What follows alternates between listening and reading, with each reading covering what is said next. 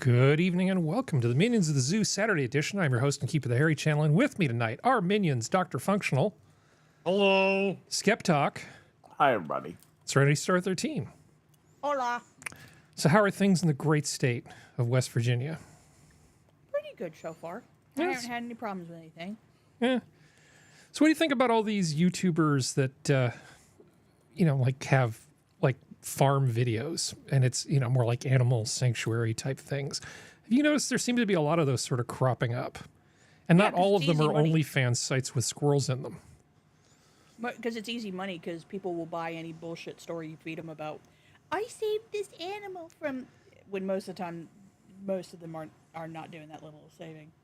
Yeah, somebody's got like an emu and it likes to peck at people's heads. It's like, yeah, it's good content, right? Now, the lady who has the emu that attacks her, Is hers is the actual legit one. no, what is it called? Like My Asshole Farm or something? It's got Useless some- farm. Useless farm. Yeah. Good job. Have you ever fed an emu? Have you ever spent some time feeding emus? Oh, yeah, they're terrifying. They fucking tear your hands to pieces if you ostriches- hand feed them. And ostriches do that too. Emus and ostriches both. I've fed them both, Yeah. I think Yeah. in Never my have a hands. problem with ostrich. and they just tear you up. Sometimes they just tear you up just to be pricks. Most of the ostriches I've met have been pretty chill. Yeah, I have met one cassowary, and he was so drugged out of his head because he was at the I've vet seen clinic those. I've never done anything with cassowary. that he was. I heard that Wow. they're really wild. They're insane when you get up close to him, especially that claw. Yeah, Because yeah. they had to drug his ass in order to take the claw down. Sorry, I've I was seen thinking them. I've never capybara. felt- I had to No. readjust my thinking. Nope, cassowary. Yeah, Cassowary. That's a different thing entirely. Yeah, Really? capybara. The giant. You mean guinea that thing pigs. that looks like a rat made love to an ottoman or a Guinea pig. footstool? It's like what? Looks like a giant An guinea pig. ottoman. Sorry.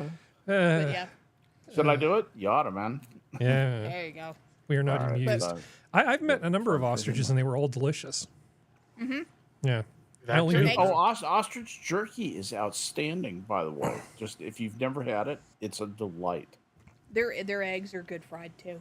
Yeah, they are too. Yeah. I was at a customer's office earlier today, and they had just stocked all the little snacks because sometimes offices have snacks. And since I had to go in on a Saturday and deal with stuff, I may have stolen all the best snacks for myself. Way Oh, to do it. Yeah. It's like, oh, teriyaki beef jerky, don't mind if I do. Just Is it one of the good brands? seemed to be pretty decent quality. I didn't recognize the brand, but it seemed like pretty decent jerky. I need another food dehydrator. I love making my own jerky. Yeah. one of the laws of beef jerky is that if the best jerky is not recognizable by a brand, generally, it's generally made in, somebody's backyard. No, that's completely valid. But if we're going for store brand, there are some store brands that are better than others. Oh, Well- absolutely. There is bad beef jerky, and Now, there's good beef jerky, but some of the best beef jerky, in my opinion, in the world is produced in Texas in little shacks out back and sold to gas stations. Yeah. Gas station beef jerky in Texas is excellent. The best beef jerky I've ever had came from a small smokehouse in Fort Bragg, California. That was pretty decent. Nice. Yeah. I've had a neighbor from a long time ago had gone hunting with some buddies, and he'd killed a black bear, and he made jerky of the black bear, and that was pretty good jerky. It was very different tasting, but it was pretty good. Well, all that bit of California between sort of Marin, just north of the Golden Gate, and the Oregon border, is actually painfully hard to get to because you can either go up like 101 and then spend an hour and a half cutting over on some small winding mountain Yeah. road, or you can spend twice as long going up a winding section of Highway 1. It's surprisingly out of the way. That whole section of California. People think of California as being all built up. No, not at all. Well, it's because everybody thinks California is Southern California and San Francisco. California should be two, if not three states. It's Yeah. actually kind of stupid that it's arranged the way it is. It'll if never you- happen though. I've driven from Los Angeles to Crescent City in one day. It is a different world. Yeah, don't recommend that at all. But basically, that's in some ways that's easier than what I'm talking about because you Yeah, just get over to I'm sorry, if you start from Los Angeles, we would say the 5. We And- take and then- you take and then five you- most of the way And up. then you just drive like 75 plus miles an hour all the way to the Oregon border. And that's just Right. how that works. Sounds like how everybody drives through West Virginia. The minute you hit the West Virginia border, up at Morgantown, well, before Morgantown, and just gun it all the way down to Beckley. Oh, by the way, I think this calls for somebody has to drink now because we're talking Hey. about directions. But I stumbled across a garbage article while I was looking for stuff for the show, and it talked about Stockton as if it was this oasis you could stop at between L.A. and San Francisco. Oasis. And I actually broke down in Stockton one time. Oh no. And I had this car that was a little bit weird. It was essentially a homologation run, if you know what that is. It was one of 500 cars made that year in that particular model. And I told them, I said, look, the the brakes were locked up. And it was a problem. And I said, make sure you order the right parts because it's a 3-day weekend and I have to be at my brother's wedding. I'm the best man. And needless to say, they screwed it up and I was stuck in Stockton for 5 days. It was your brother's wedding, and you Yeah. were the best man. And I missed it. That's okay. They got divorced anyway, so I figure it's a wash. Broke even. Yeah, Anytime it doesn't you're matter. It with doesn't count, right? Anytime you're with your brother, you're always the best man. There you go. No kidding. Ba-dum-tsh. So, There was brother joke. Anyway, Anything new from you, Skep? Because I need to ask that. Then I need to get to functional because he's all the way on the right side of the the panel. I'm on the right side of history. I haven't made it there yet. not too much. Miss Skep is going in the hospital on Monday for a minor surgical procedure. So we're getting prepped up for that. Ugh. And that's going to occupy the first part of our week next week. That's about it. It's amazing what they can do with medicine, though. Yes, that's true. You know, if just pondering this for a second, you know what compartment syndrome is, right? Mm-hmm. Okay. Probably most people do. Essentially, imagine you're in a boulder falls on your left arm, and then suddenly the blood stops moving. All of the fluids just sort of stop. It's called compartment syndrome, and it's absolutely deadly if you don't get medical attention. Now, to a surgeon who knows what he's doing, they can fix that. It's not a problem. They know exactly what to do. But minus some guy who knows how to use a scalpel, you're dead. I mean, you will just die. Mm-hmm. It's amazing what one trained individual without a whole lot of technology, just his surgical skills could do to save a human life. I'm just in You're awe talking of that about level of vascular- training. Talking about vascular surgery, right? Yeah. The- It's a fairly easy procedure to alleviate it. oh, yeah. It's just a question of having the skills and the know-how. I have a lot of respect for surgeons. I'm not so It's- sure about a it's lot of also other very doctors, ingenious. but surgeons are pretty amazing. Yeah. They're the test pilots of medicine. Well, they're the ones who do the most obvious positive deltas in medicine. I mean, there's no room for guesswork or imagining something is working or placebo effect when somebody has a compound fracture of the arm and it needs to be set and surgically, immobilized. Mm-hmm. You know, the surgeon is obviously doing good. Infectious disease guy who's, guessing, well, does this person have multiple sclerosis or do they have scleroderma? I don't know. What do I feed them? Are they really getting better? Are they getting worse? That kind of disease characteristic is a lot harder to manage, and it doesn't seem like the people who aren't the direct traumatists, like a surgeon is, the people who sit in direct infectious disease and specialty diseases, they're starting to do good. I would say that part of medicine started to do good about 1930, about with sulfonamides, the sulfa drugs coming into being. That's when they started helping people more than they hurt them, in my opinion. Mm-hmm. And and I think surgeons probably about the time sterile procedures, the procedures favored by Louis Pasteur, which, if you think about that, that was 40 years earlier. So surgeons got respectable about 40 years before the infectious disease part of medicine got respectable. Mm-hmm. It's interesting to think about that historical perspective. No more trepanning. That really helped with their trepanning. gotta let the evil spirits out. Bad headache. Use your brain. Use your brain. So, do we have anybody watching? Is there anybody in the chat? Can you say hello to people for me, check over and please? see what's going on here.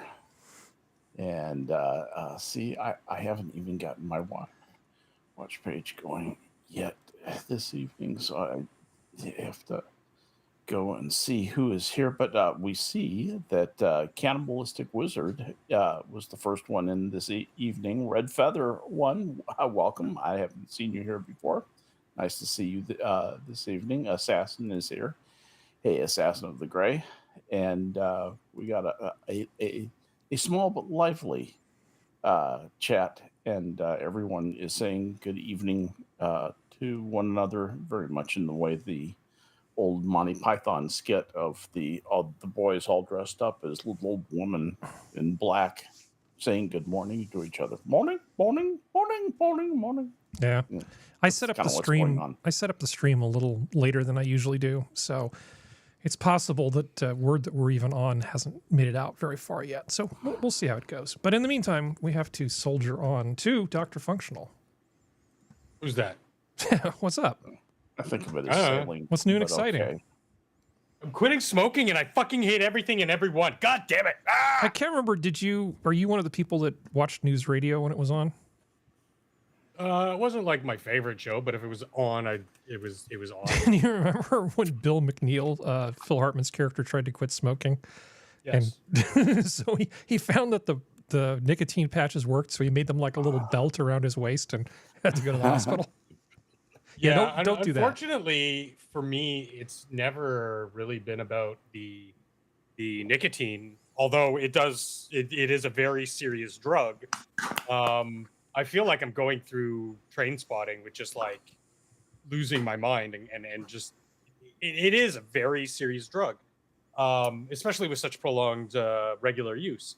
For me, it was always the addiction part is the psychosomatic thing. I keep reaching over to my ashtray to grab my cigarette, not thinking there's no cigarettes there. It's automatic, and I love the act of smoking. I have a little pen. It does alleviate some of that. I obviously am still on the good green. That's never gonna go away because that's too important to me.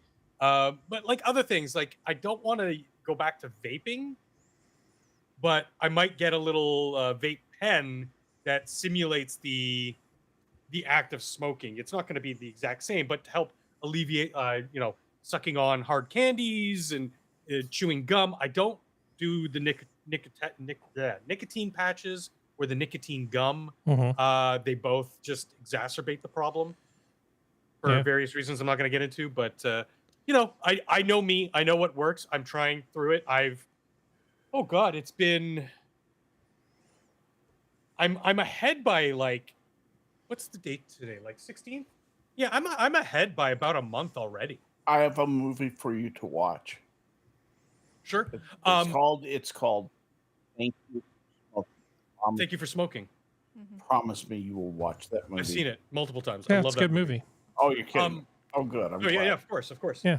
But it's a good call. So it's this is a lot more than I want to talk about. But Well, you don't have to. No. I didn't think people would be too interested in it. Other than but I'm about a month ahead of my schedule because I had a 3-month schedule. Started at the first of this month, at the first of last month. 2-month schedule. What am I talking about? November, December. To be completely done, 0 cigarettes by December 31st. However, I'm at 0 cigarettes on the 16th of November, and every time I pick one up and light it up, I'm so disgusted by the smell. I'm just like, fuck it. And immediately put it out. So I'm not even actually smoking. And so my plan was to taper off. Like, let's say I started at 25. So 25, that first week I'd go down to 22, then 15, then like 8 to 10, then 2, then 1, and then for that goal point, 0. And I'm way ahead of the game, which is both good and bad. You know, I feel like the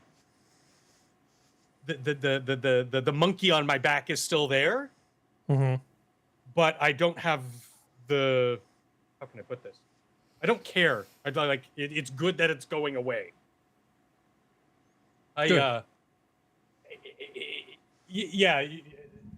It seems to be harder when growing up. My mother didn't smoke, but everybody else smoked. My father, my aunt, my oldest sister for a time.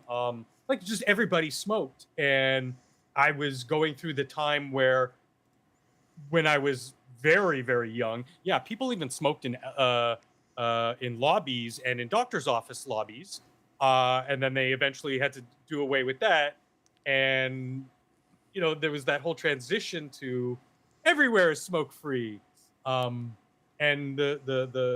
we knew already at that point, you know, smoking was bad.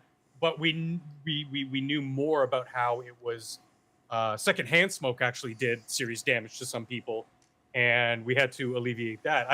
I think it went a little overboard in nowhere can have smoking whatsoever. You can't be a business that decides, no, we're gonna be a bar that allows smoking. It'll be predominantly displayed on our window, smokers inside, you know, like, but no, you can't do that because it's the fucking nanny state.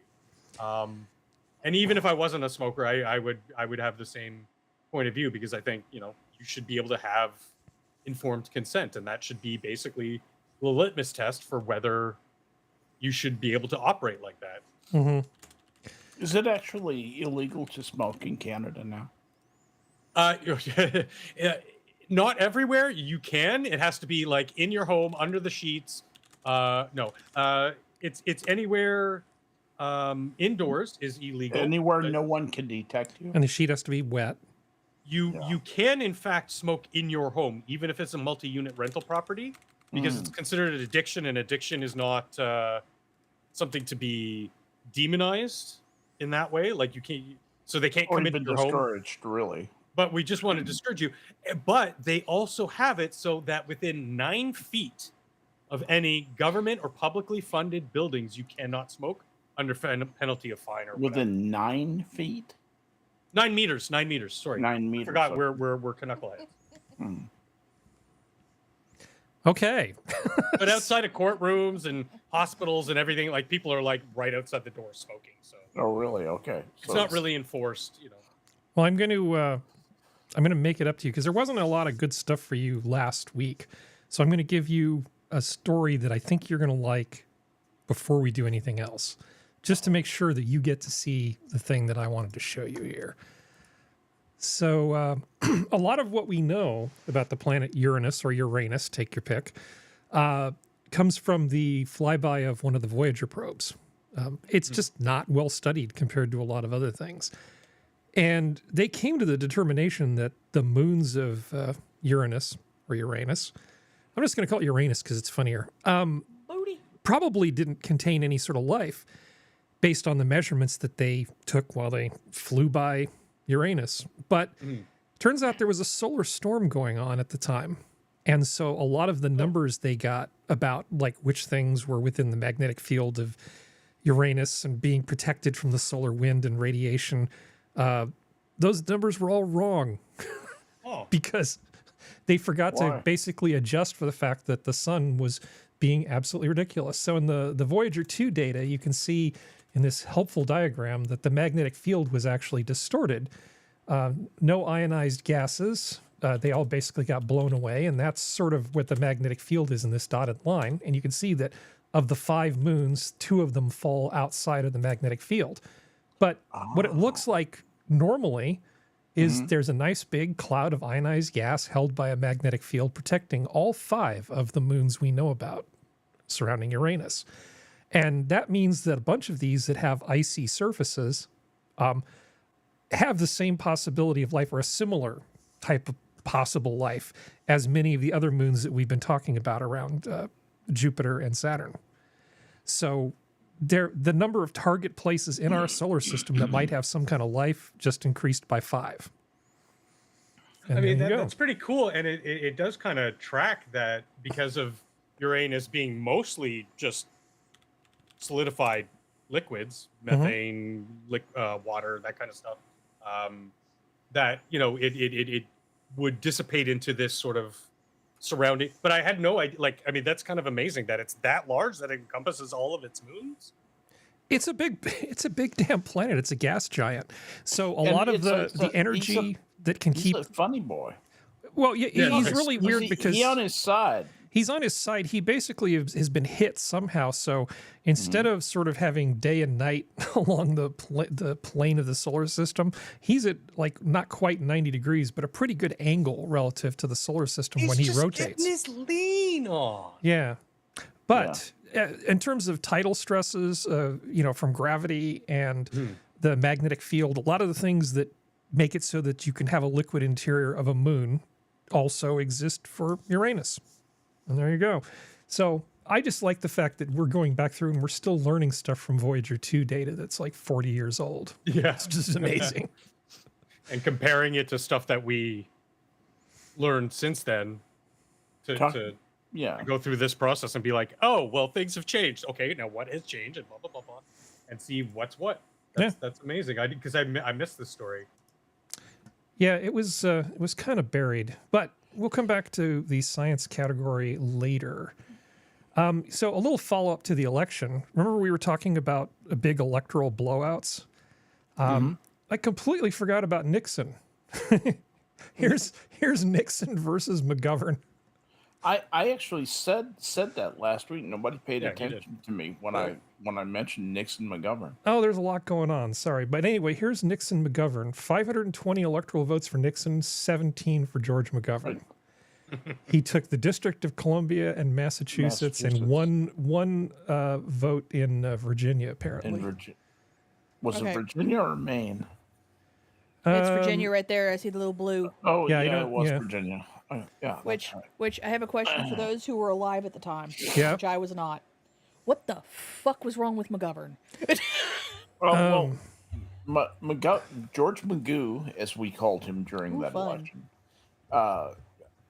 was just he just seemed inept.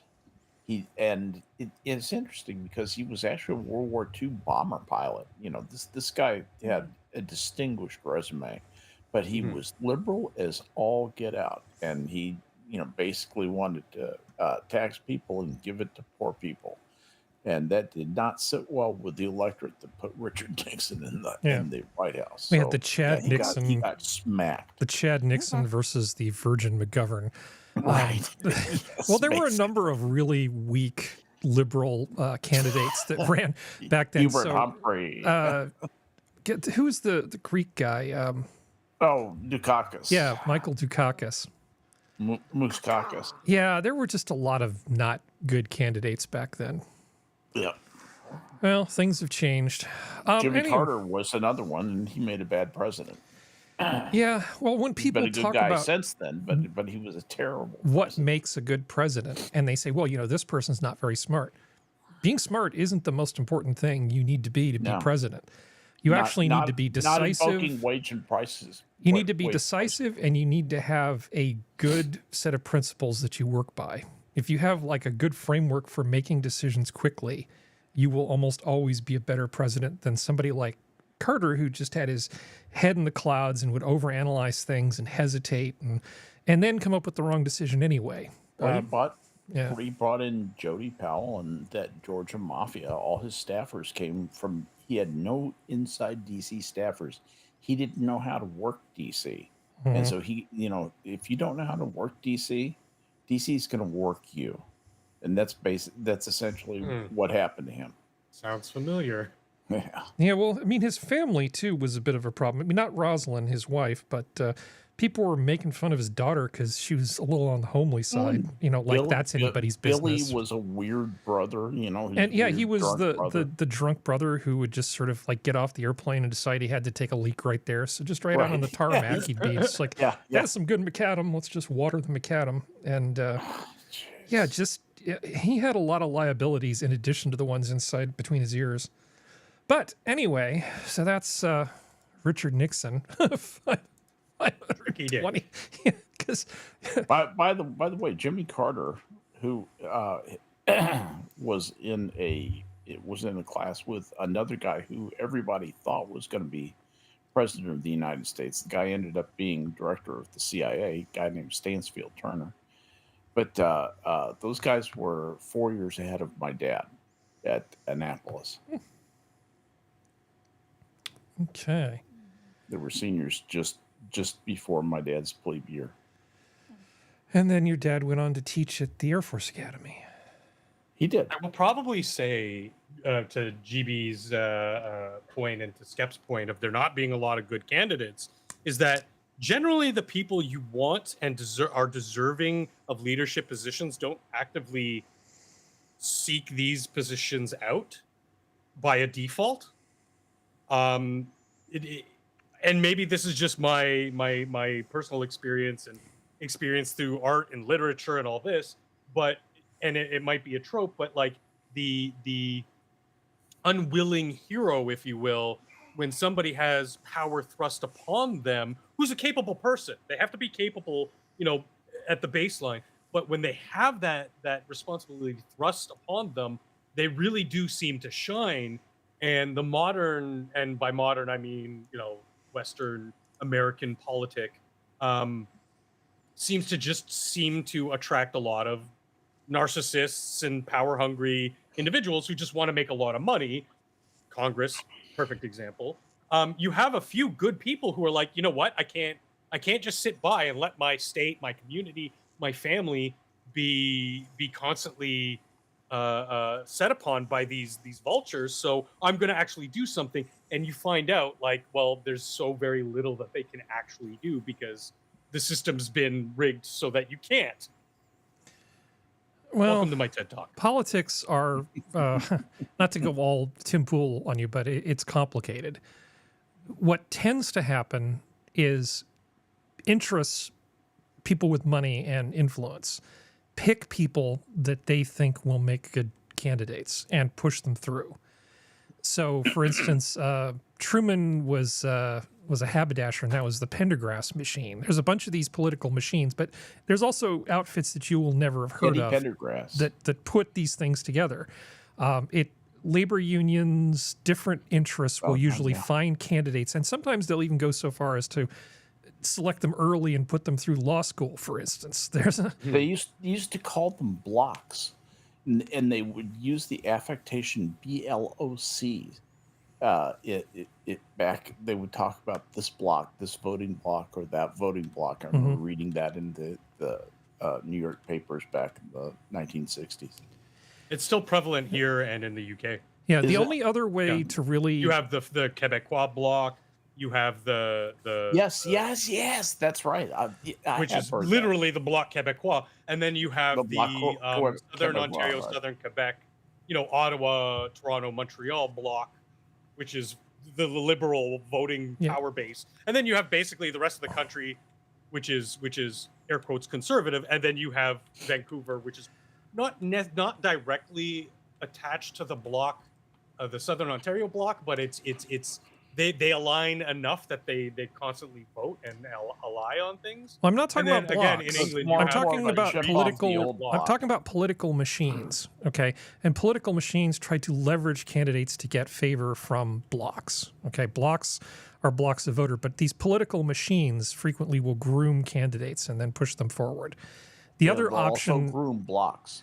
the other options that you can get is you can rise up through the political machinery by just starting doing stuff that nobody wants to do.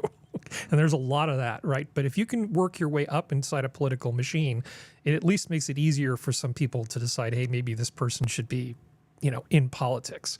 And then there's a few little exceptional ones where some event will happen that makes them suddenly famous, or they have enough money that they can bankroll their own campaign to get started. But the vast majority of these things it's not an organic thing where somebody just wakes up and says, I'm going to go to Washington and I'm going to make things right. That's not what happens typically. Yeah, Mr. Smith does not go to Washington Mr. anymore. Smith does not go to Washington. But in terms of just more election follow-up, another article. Oh, you assholes. Okay, Silicon Valley investors Mark Andreessen and Ben Horowitz celebrate. So essentially the guy who invented the first mainstream web browser, who I've actually saw him sitting at a table next to me in Silicon Valley like 20 plus years ago. It was fun being in the Valley. You'd see all kinds of people just at a kind of mid-range Italian restaurant trying to shove lunch in their face. All these kinds of people would just be there. Like the guy who runs SETI? I ran into him one time at an Italian restaurant too. But anyway, there are a lot of people who are really optimistic about what's going to happen with the lack of regulatory control. I just keep seeing story after kind of soft endorsement like, well, we don't really like him, but we're going to go off and make some money. So the inventor of Netscape is another person that's involved in that.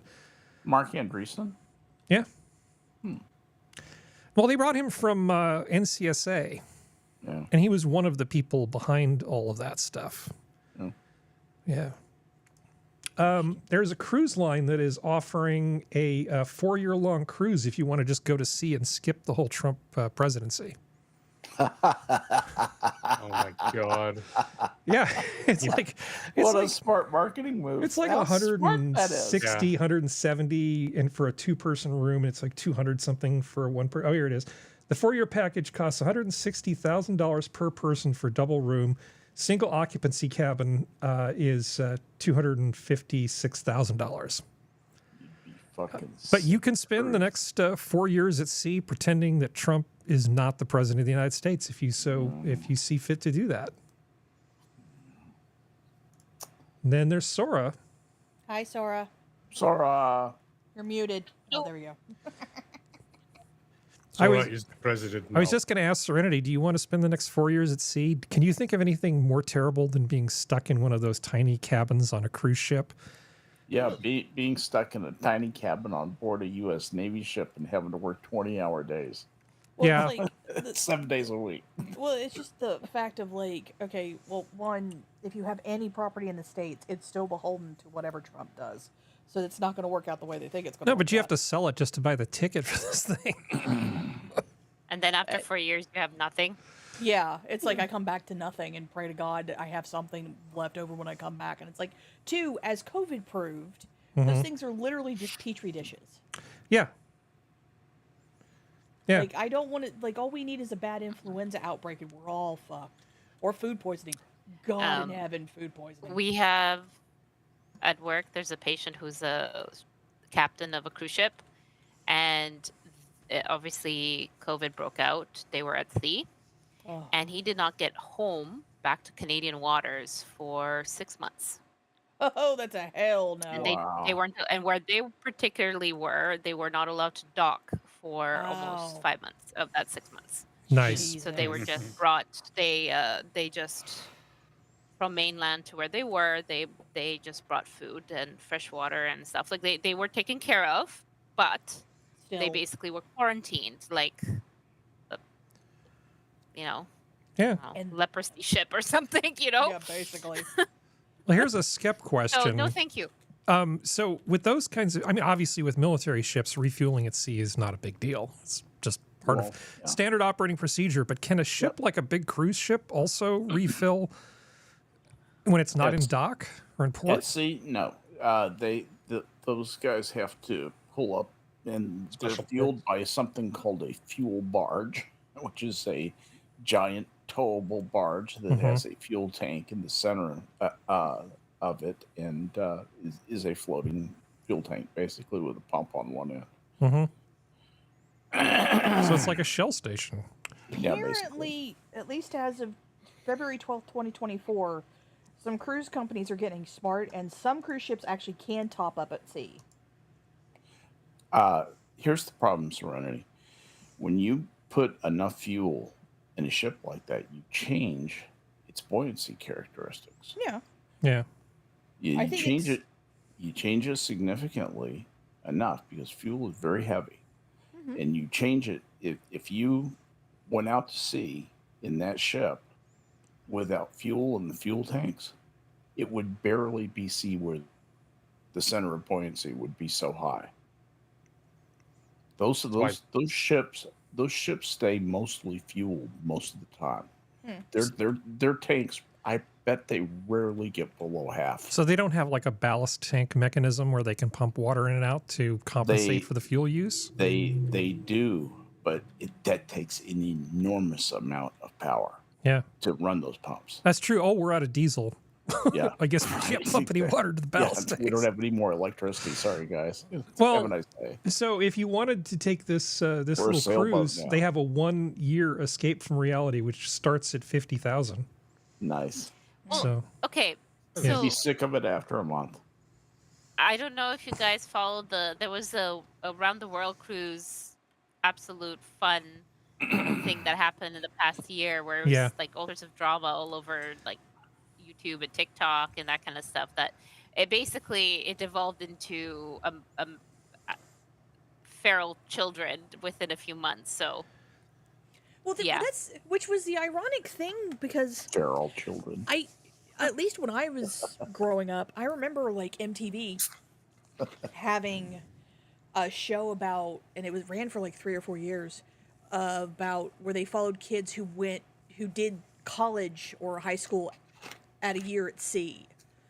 Because I know this is a thing, and it's been a thing for more than at least 20 years. Yeah. So it was just weird that this one specific year at sea cruise ship, everybody got involved. God bless social media, I said with a bunch of sarcasm, because that's what probably caused a lot of it. But it was a weird hyperfixation by the internet, and it's like, it was weird. It's mostly everything the internet hyperfixates on is weird. But yeah, it was just like, I don't know why you all, like, are we in high school again? What is this shit? It's so weird. some people probably want to be. Oh, Yeah, some I know a people lot of never- people that- do. that's People the- never get out of high school in their mind. That's the what's it called? Target audience. Target. That's what most demographic social for- media seems to be. Target Right. market. I'm in Yes. such and such generation that's older than Gen Z and Gen Alpha, but I'm going to sit here and pick fights with them because I'm pathetic. yeah, I had to dig up the archive once. Silicon Valley investors Mark Andreessen and Ben Horowitz celebrate Trump's win as a boot off the throat. Tell us how you really feel, gentlemen. Okay. Boot off the throat. A boot That is off the hilarious. throat. Well, literally, they won't have the FBI and CIA breathing down their necks 24/7. Yeah, I mean, if we're going to have a time machine, can we go back and ask them to put some extra verbiage in the Commerce Clause explaining what it's good for and not good for? P.S. Harry asked me to write in here that this shouldn't give you carte blanche to do whatever you want with anything Right. involving a dollar sign. All right, so yeah, that's a way that some people are handling it. So California did some incredibly weird things in the last election. It's as if we got tired of being robbed blind by petty crooks, because just brace yourself. So the LA district attorney, Gascon, the one that we've complained about, he's gone. One of the biggest local He's races been we're replaced by following some is guy for named LA County Ben District Hochman. Attorney. Oh, that sounds like a good. Yeah. So he is, I'm sorry, Nathan Hochman. I can't remember first names, but look Is at he this. related to the Hoktua girl? I don't know, but the ratio is 61% to 40% for Gascon. So the liberal, criminal-loving DA down in LA, gone. Gone. Now, but it's not just an isolated thing. Look at what happened in Oakland. Yeah, the mayor lost. The mayor lost because she appears to be corrupt and soft on crime. And the DA, Price, She is evil. was another Soros-backed DA, gone. Yeah. Yeah, just but that gone. mayor of Oakland is absolutely evil, running a machine that you can't even believe. Yeah. You know you're having a bad day when you and everybody in your immediate family have all of your businesses and homes raided by the FBI on the same day. Yeah, she's fucked. She's going. She will go to jail.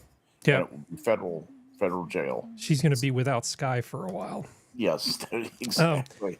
Welcome and- to Florence. Incumbent San Jose mayor concedes that is London Breed. What a great name. To opponent London over concerns over homeless and drug overdoses. London Breed out. Replaced by Daniel Lurie. If you want to see something eerie, watch London Breed. Just any speech she made, any speech at all, when she is looking at you with that sincerity in her eyes, it is absolutely eerie and evil to see. Too little, too gives me late. the creeps. Okay, but then, I mean, again, it's almost like, hey, is California rejecting wokeness? Well, not entirely, but let's look at some of the propositions. A bunch of these things, like there was an initiative that essentially eliminated the state's ability to force inmates to work. They were billing it as like a slavery thing. That was voted down. We actually voted in California to continue enslaving inmates when we decide we want to.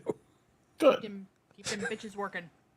Yeah, we didn't raise the minimum wage. We voted down a rent control thing, which is like amazing, right? Yeah, because and I guess some people have enough sense to know rent control doesn't do a damn thing. And Prop Do 36. you want to be like New York?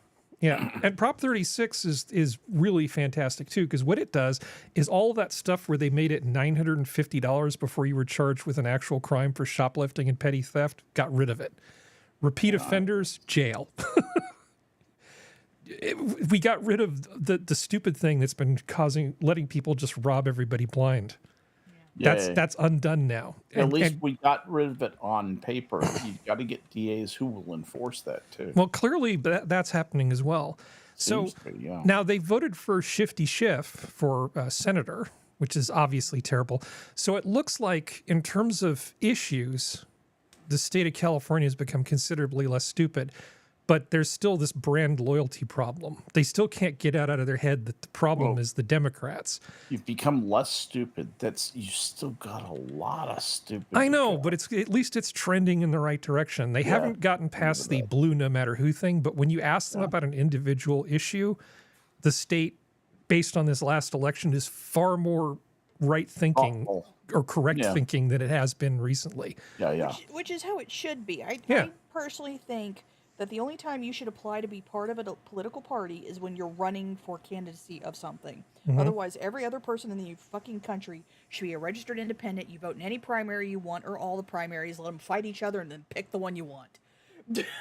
That's my stance. If you had that time machine, I think they would probably agree with you. Hey, that's what my state allows. But if you're a registered independent, you can vote in both primaries. To just illustrate the point about just how dumb California is when it comes to the Democrat brand, like why we keep buying it's a shitty product. It's like buying a car that has 1 in 3 cars is a lemon. I mean, it's bad, right?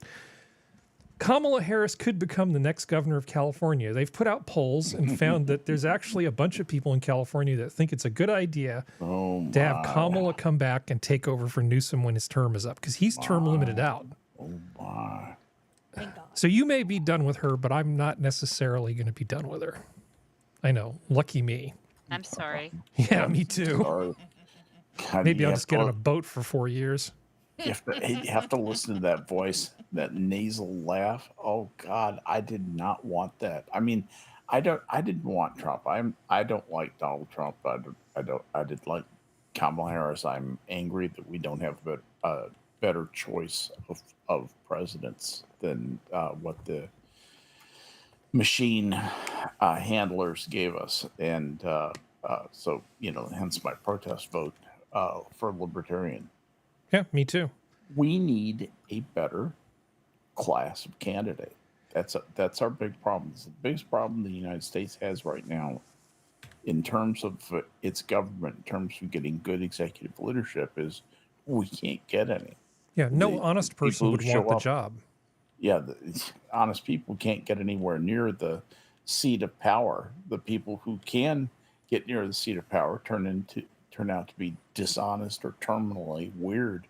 So weird that they're completely off-putting, like Trump is. Yeah. So I wasn't going to talk much about the cabinet appointments because I kind of assume that Monkey and everybody has been talking about these things, but I didn't know if anybody wanted to say anything about, any of the cabinet appointments that have been made. I will make one quick comment, which is I thought the Elise Stefanik thing was in many ways the smarter one, because Trump is clearly using, Trump's people are clearly using some of these appointments to build the bench up a little bit in terms of talent, because I think as the comment I sent to Prosper was, well, let's give the little lady something that looks like foreign policy experience. I have a hot take on one of the appointments on the Matt Gaetz thing. Yeah, sure, go ahead.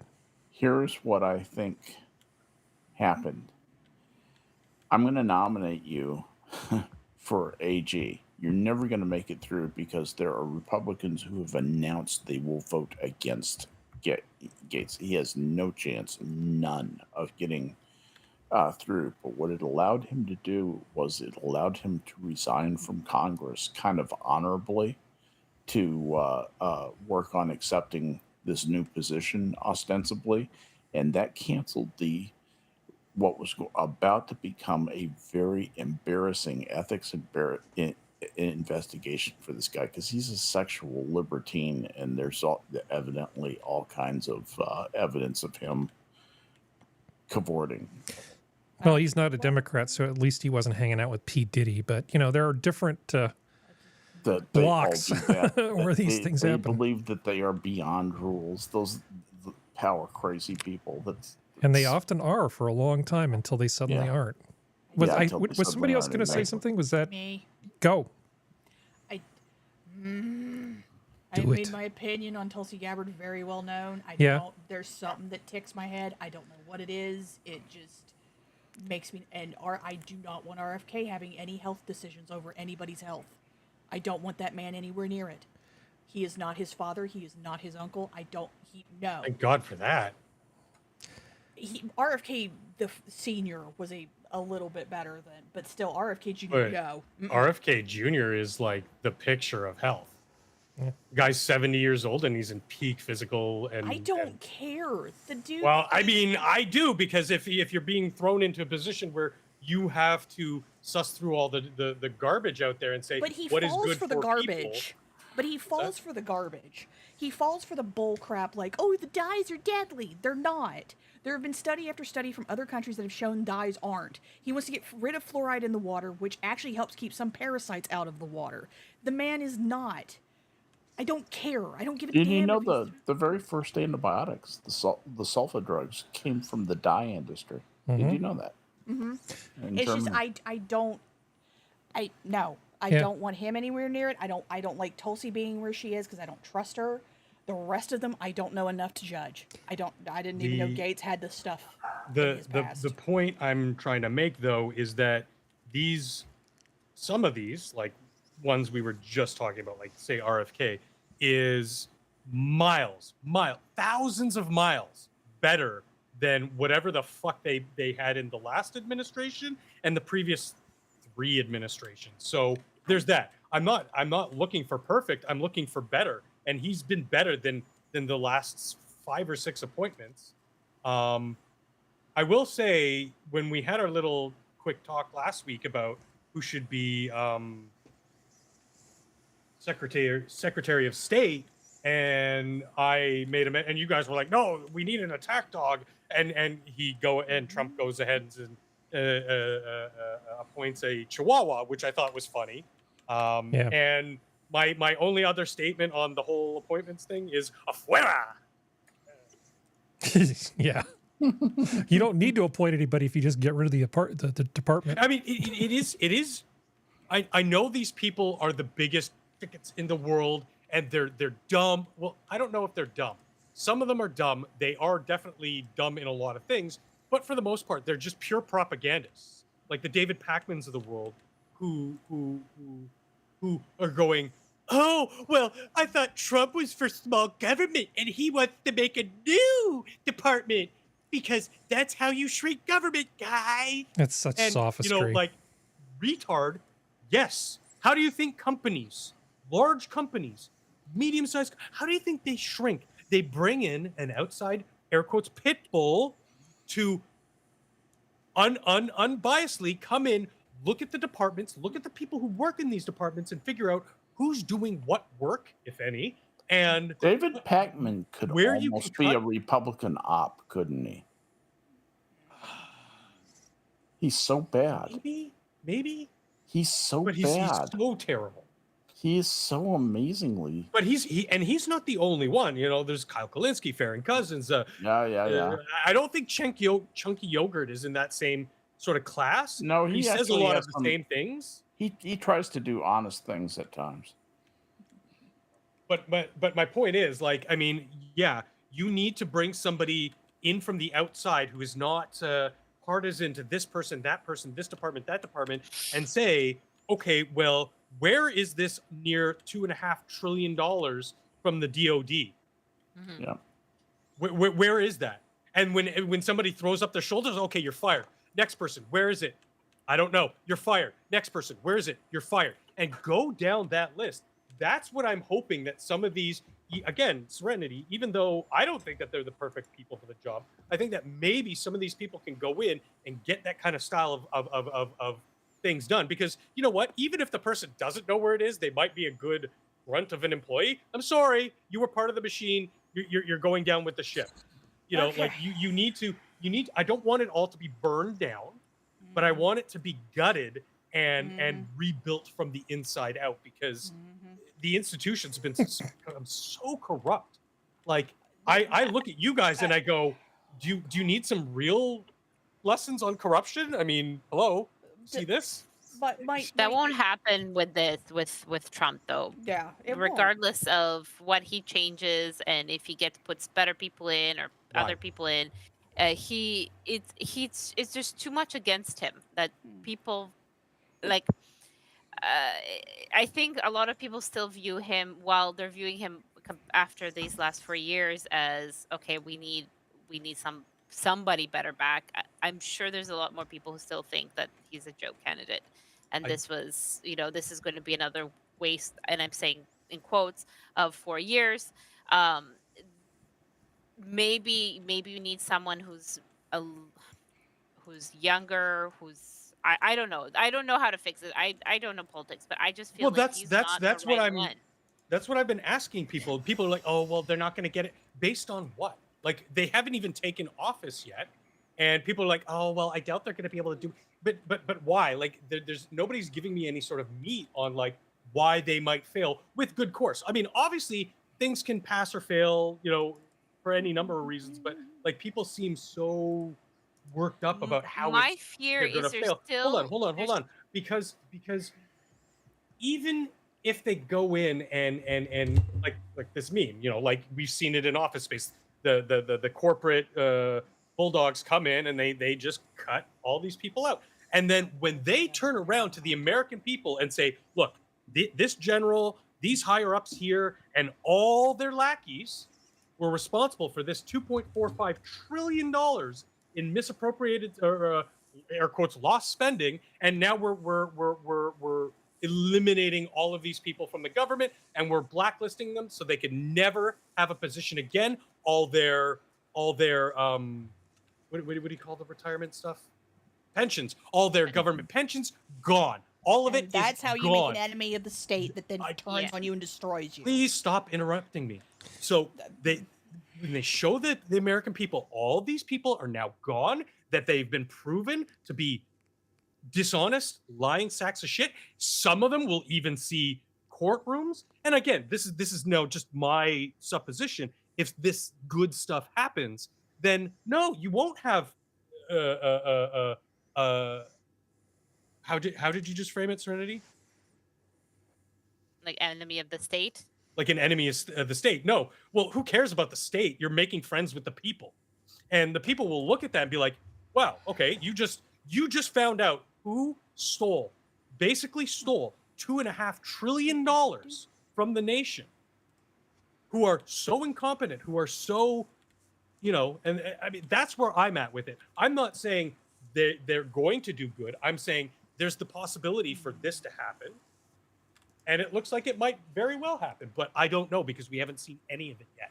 I know what Elon has done for the EV market for space travel and technology, even though he's not there, developing these systems. I've seen what he's done in those industries to clean them the fuck up.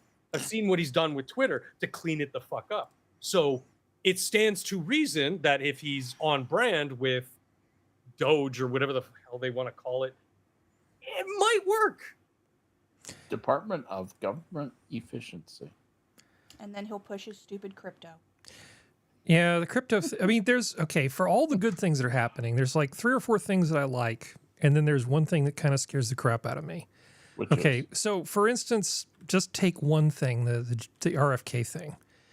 I think RFK, if we were going to do a Pew matrix and figure out if he's fit for purpose, right? We look at the different characteristics. I think his integrity is extremely high. And that's something that we've been sorely missing for a long time. But it's kind of meaningless if he doesn't have the correct skill set to run the agency he's being put in charge of. Really Kennedy. My hope is that he will be the kind of person that says silly things, but actually listens when people talk to him with an open mind and then can be talked out of stuff. If he just shows up in there and goes full Lysenko, then we've got a problem.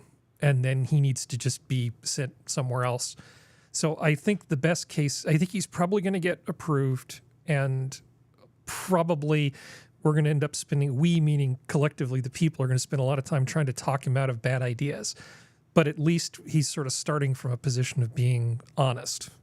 Now, Tulsi, I think, now this is addressed to Serenity. I think Tulsi, the thing that might be bothering you is the thing that might be bothering me a little bit is that kind of, she seems like a bit of a weather vane, because I remember what she was like before. And old I don't Tulsi, like her stance on red flag laws either. but yeah, old Tulsi is really nothing like new Tulsi, and there is that weird sort of anti-nuclear gun grabber thing going on that she's sort of walked back partially. But is it just that she's a political weather vane, or has she actually evolved her positions? Because we don't know. I don't know. I don't know how to read her freaking mind. So, but if you've spent enough time on Hawaii, you know what the electorate there is like that she had to try and please. oh, I do. I know. And so that's the place where her positions are coming from. It's the most amazingly liberal place you've ever thought about. That is a perfectly acceptable explanation, but we still don't know. Yeah. And I think Serenity and I are both a little uneasy because we just don't know. I mean, is she a Candace Owens? Because we know she's a lying piece of shit. Yeah, know, Candace Owens. show me bully hunters. Page. Just a splash page, bro. Social autopsy. Yeah. Just a splash page, bro. Or What has the she fuck? turned in- Jews were actually the Nazis back in World War II. Don't you know? Yeah, Yeah, I mean, don't you know? but I think a number of these appointments are very young, and I do think that I suspect that going into all this, Trump had a list, and then when the election returns came through, he's like, I think we can tweak this list a little bit. I think we've got a little bit more political capital to spend, and we're going to how about Matt Gaetz? Sure, why not? Well, it's also, geez, I forget her name. That His, was his a deal campaign for him. manager, Yeah, I can't remember her name. She's the chief of staff now. Susan Nancy, something like that. Anyway, very plain Jane name. She's not a very outspoken person. But she's a proper she grown-ass knows adult. the system. She's worked the system, and she's working within the system to get done what the big grand ideas that Trump has that doesn't know how to implement and failed to on his first term. He now has this person who is very well versed of the system and everything, and I think he's making the smart plays to sort of not necessarily affect the change, but to get the people who are involved worried,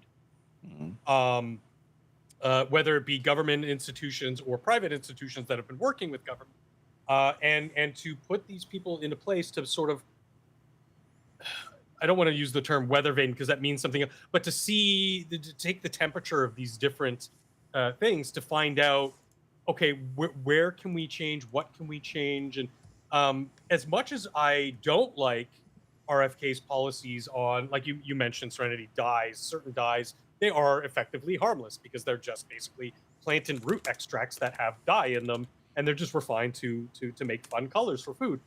That's harmless. But for me, if they could get to a point of like informed consent, so that they would, they take it overboard with like cigarette packaging, but they don't do it for caffeine or sugar or seed oils or whatever. And no, when I say seed oils, I don't mean all seed oils. There are some good seed oils. I'm just saying the bad ones that have taken precedence, that have been proven to cause health problems in people.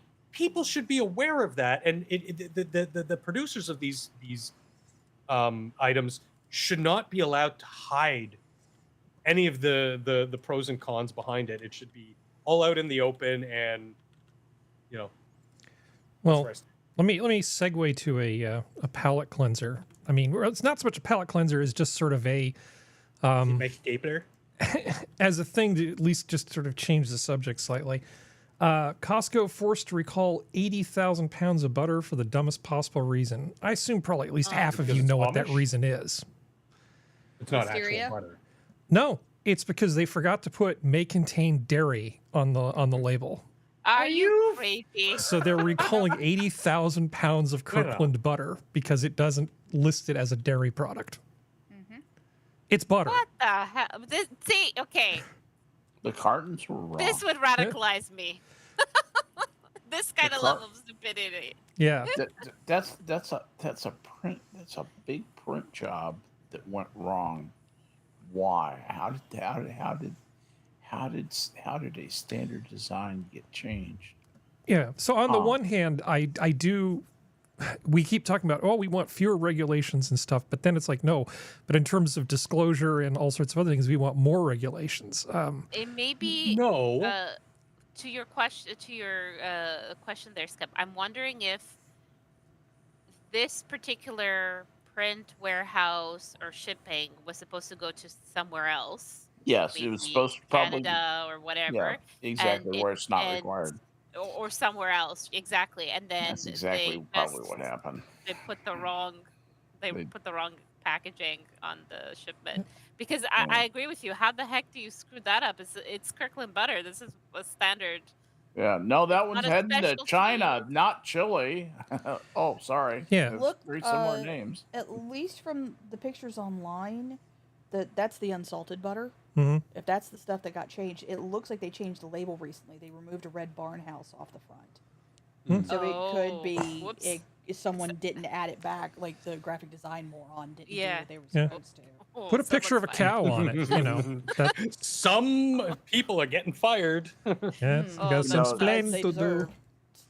Now that I would believe someone did AI, But, used like- AI to be a lazy money. But like, yeah, no. Sorry, I'm trying not to make a Marlon Brando joke now. Okay, But- not going to do it. Wouldn't be prudent. Harry, That's I mean, out of, there's that's out of the New York Post. there's regulation, like I said, like and I have been a fan of for my entire life, and mentioned a couple times, like a little bit, like if you don't know, if you are not intelligent enough to know that butter contains dairy, I don't think that there should be a regulation to tell that says it has to. But however, you look at the what this was 80,000 pounds, the 90,000 pounds that the government forced the Amish to throw out because of the same kind of regulation. That's just What is the expected good that is to be accomplished by the enforcement of the regulation to put this notice on sticks of butter? Because it's meant to stop when counterfeiting. There's the word. When others try to counterfeit something to hide the fact that they're trying to sell something they shouldn't, and stop them from being able to pass it off as something else. That's where the regulation basically comes from. It's being used pedantically here, but this was probably a Costco willing roll call, not a federal enforced roll call. Because a lot of times the company. Oh, I guarantee you this came from the company. Well, I and that's the promise this thing came is from the that company. 90% of the time that's what happens with a lot of this stuff. It's the company going, Oh, you know what, we're not dealing with the pedantic assholes that are out there who are gonna be like, it doesn't say it had milk in it, so we're just gonna go ahead and pull it and just say fuck it and just eat the cost. Yeah. And that's usually what happens. No, and that's if the thing. this had been a federal recall, there would have been other companies involved. Oh, yeah. And it would have been national news. Well, I mean, especially with I like Costco. I like Butterhenge. You see Butterhenge at every single state fair of Texas. Oh, yeah. There's a giant Butterhenge. Also with Costco, Costco's butter is produced. The Kirkland's Best. It's produced in the same factories as a lot of the other bigger butter brands. They do that with all their brands. So this is one of those. This is probably someone at that individual factory or site didn't do something right, or the person back at the headquarters didn't do something right. Send it to the factory. They had people who may not read English good, and they just printed it out and went with it. And Yeah. that's kind of what happened, probably. I'm obviously 15 years removed from being like a corporate graphic designer, but back in those days, which wasn't too long ago, a company like Kirkland, we would have our studio would have a contract with. So they would be like, okay, we need this package. We designed the package, blah, blah, blah, blah. It would be proofed by at least 2 people and then sent back to Kirkland, who probably would just look at it and be like, okay, great. And then send it off to their printer. Or we would have it printed for them and then ship the hard goods. Either way, the company itself, so Kirkland, Costco, probably wouldn't be looking too closely at it. Yeah. So a lot of the fault with packaging mess ups like that is with the either in-house or contracted studio department who does these types of things. Oh, yeah. And the thing is, to be completely honest, Happens as someone a who lot. reads a lot, and I have books going all the way back to the 60s that have misprintings in them, things can be checked over by 30 people consecutively and be signed off on, and someone still misses the fact that the is spelled wrong 4 different times. Yeah. So this is welcome to humans. TEH lol. In a 500-page book, you can have 3 editors read that book Oh, and yeah. word check it. There will always be at least one misspelling or misprint in the book that they all missed. There always will be. That's the You know reason what why Go ahead. was like the reason why whenever anybody does a review on books and they're like, there was a misspelling, and I was like, I don't give a fuck if it's once. If it's constant, yes. But if it's once, don't care. We can tell if they're making an effort or not. Skep, just DrFunctional. another little palate cleanser while we're here Oh, well, really Yay. quickly. about butter. Okay. My old studio manager would actually give some of the copy to her kids, like 9 and 10 at the time, and they would read it and like come up with spelling mistakes that she didn't see. It was really cute. Anyway. It gets it's actually you get kind of snowblind to stuff, and I've tried because I've worked with graphic artists and tech writers and lots of them, I've employed some of them. Okay, I know about this particular field, and I know that a good editor is to be cherished, and I know some really good editors, but gosh, I forgot what it was I was going to say. Never mind. I was thinking of the next topic, and I couldn't change gears. I wanted to show cleanser. I wanted to show this to Skep. So you know how gender reveal parties work, right? Yep. Here you go. No.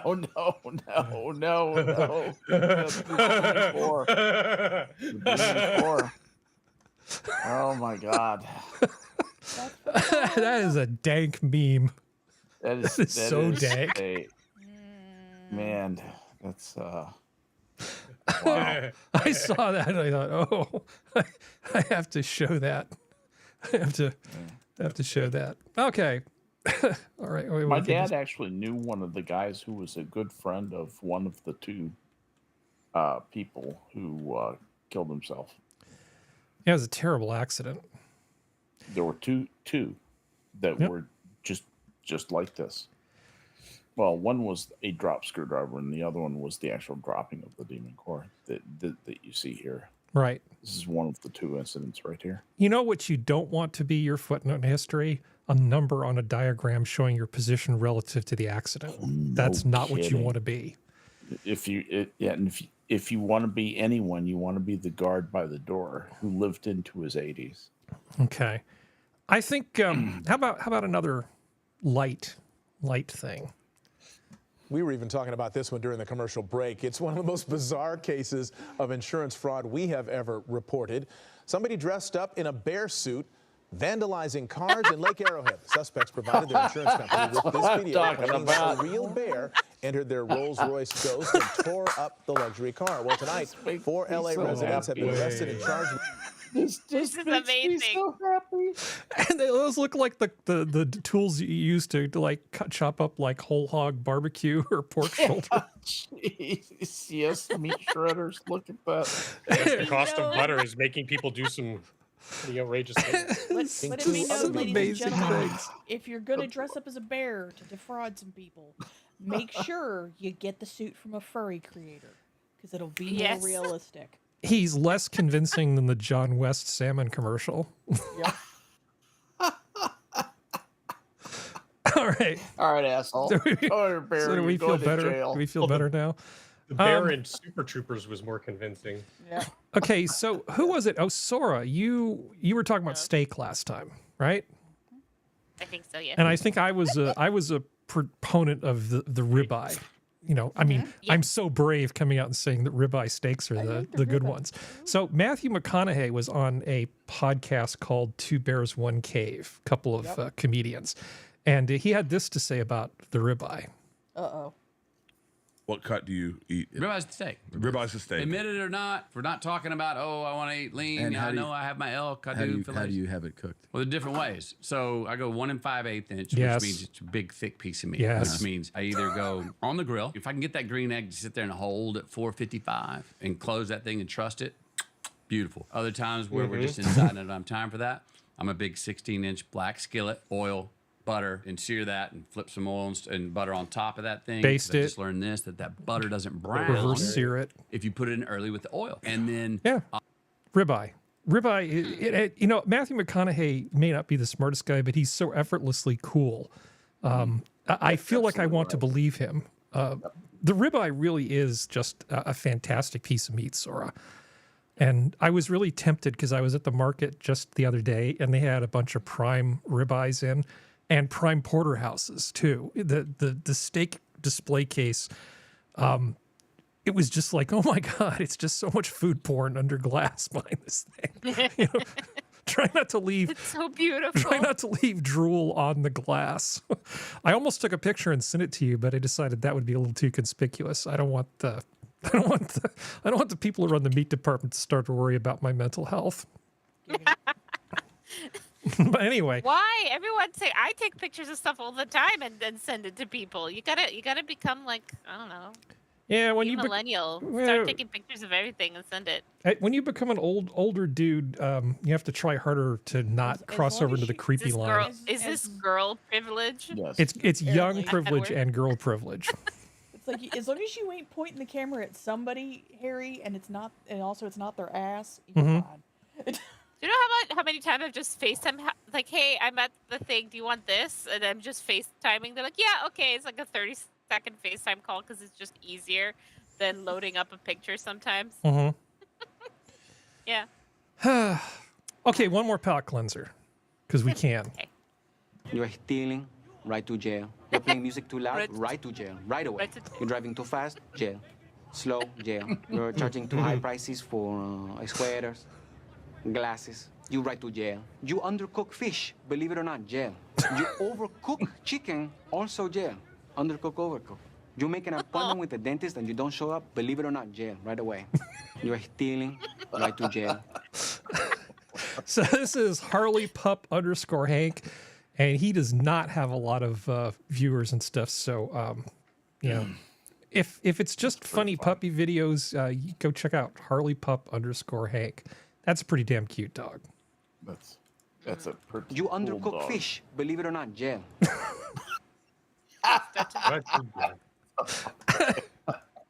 I'm such an overgrown child. Okay, let's see. Keeps you young, Harry. Keeps you young. Yeah, it Believe does. it or not, jail. It's so funny. Shut That's up. Beautiful. I'm a neuroscientist who taught rats to drive. Their joy suggests how anticipating fun can enrich human life. What do you think, Sora? They needed a test with rats for this?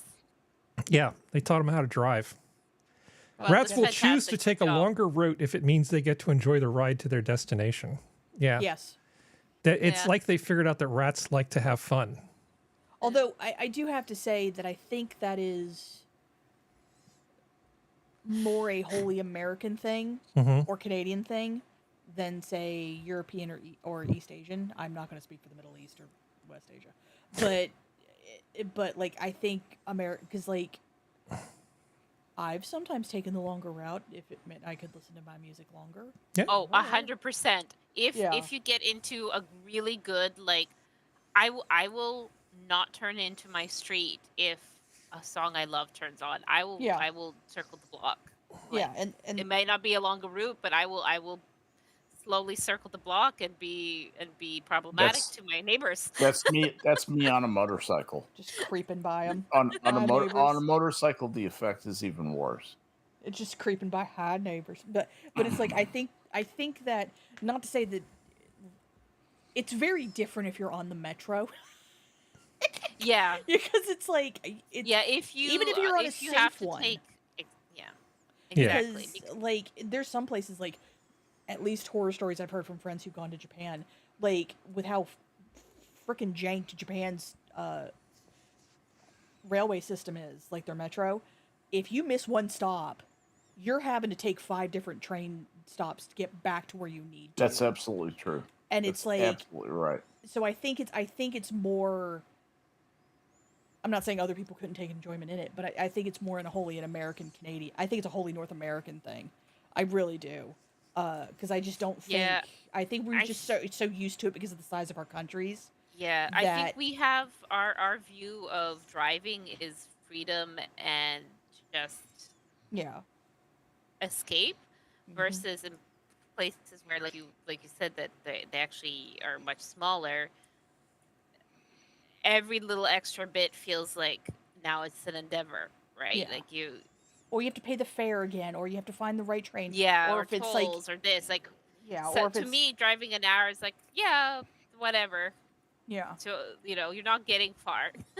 But if I screw up getting off at the wrong exit, 1, that's my fault, and 2, usually there's a road that connects the back end that I can just get back to where I was going, or I can just get back on the highway and get there the easy way. So I think it's more of a cannibalistic wizard.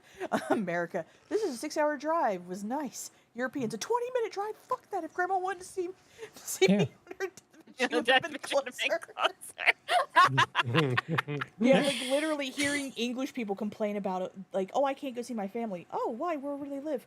Oh, they just live 45 minutes away. And every American and Canadian just staring at them like, What? are you freaking kidding me? Yeah, exactly. Yeah, that's basically nothing. All right, so shall we move on to the next topic? Shall we? Okay, so rats that drive. I just figured we crafted our first rodent car from a plastic cereal container. After trial and error, my colleague and I found that rats could learn to drive forward by grasping a small wire that acted like a gas pedal. Before long, they were steering with surprising precision to reach a Fruit Loop treat. Nice. Yeah, Oh, little bastards. That's so cute. Have them drive right Mind into you- the electrocution chamber. I'm Yeah, trying to think. exactly. There's Stuart Little, Yeah, right? Drive That to the book. So Doom. that was a driving. Well, that was a mouse. Mhm. So he was a mouse. But then there's also, I think, Beverly Cleary wrote a book. I think Ralph. Yeah. Was the mouse. But he had a motorcycle. So like we already know rodents enjoy life on Yes. the highway. So yeah. Besides Harry, Like Harry, the those rats are of hooded. Nim. Harry, those are hooded rats. Those are not the type of rat that Nigel was. No, those are not like roof These- rats these or are looking Norway nice. nasty rats. Those, Yeah. those are little sweethearts. Yeah, Yeah. and they're also clean and not living in my attic. Yes, So exactly. that's a big advantage. Okay. Let's see. How about another science thing? Now, okay, so what's kind of weird about this is there's this supposedly super secret military space plane called the X-37, which is not at all secret because everybody knows about it. And Boeing actually put out a video talking about kind of how it works. Yeah. And I'm like, I don't understand why Boeing is talking about the technical aspects of something that's supposed to be secret, except maybe they asked for permission. They said, yeah, the Chinese are probably already copying this.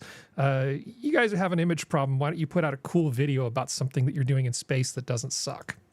Well, I mean, the thing is like this usually means they've already replaced it too.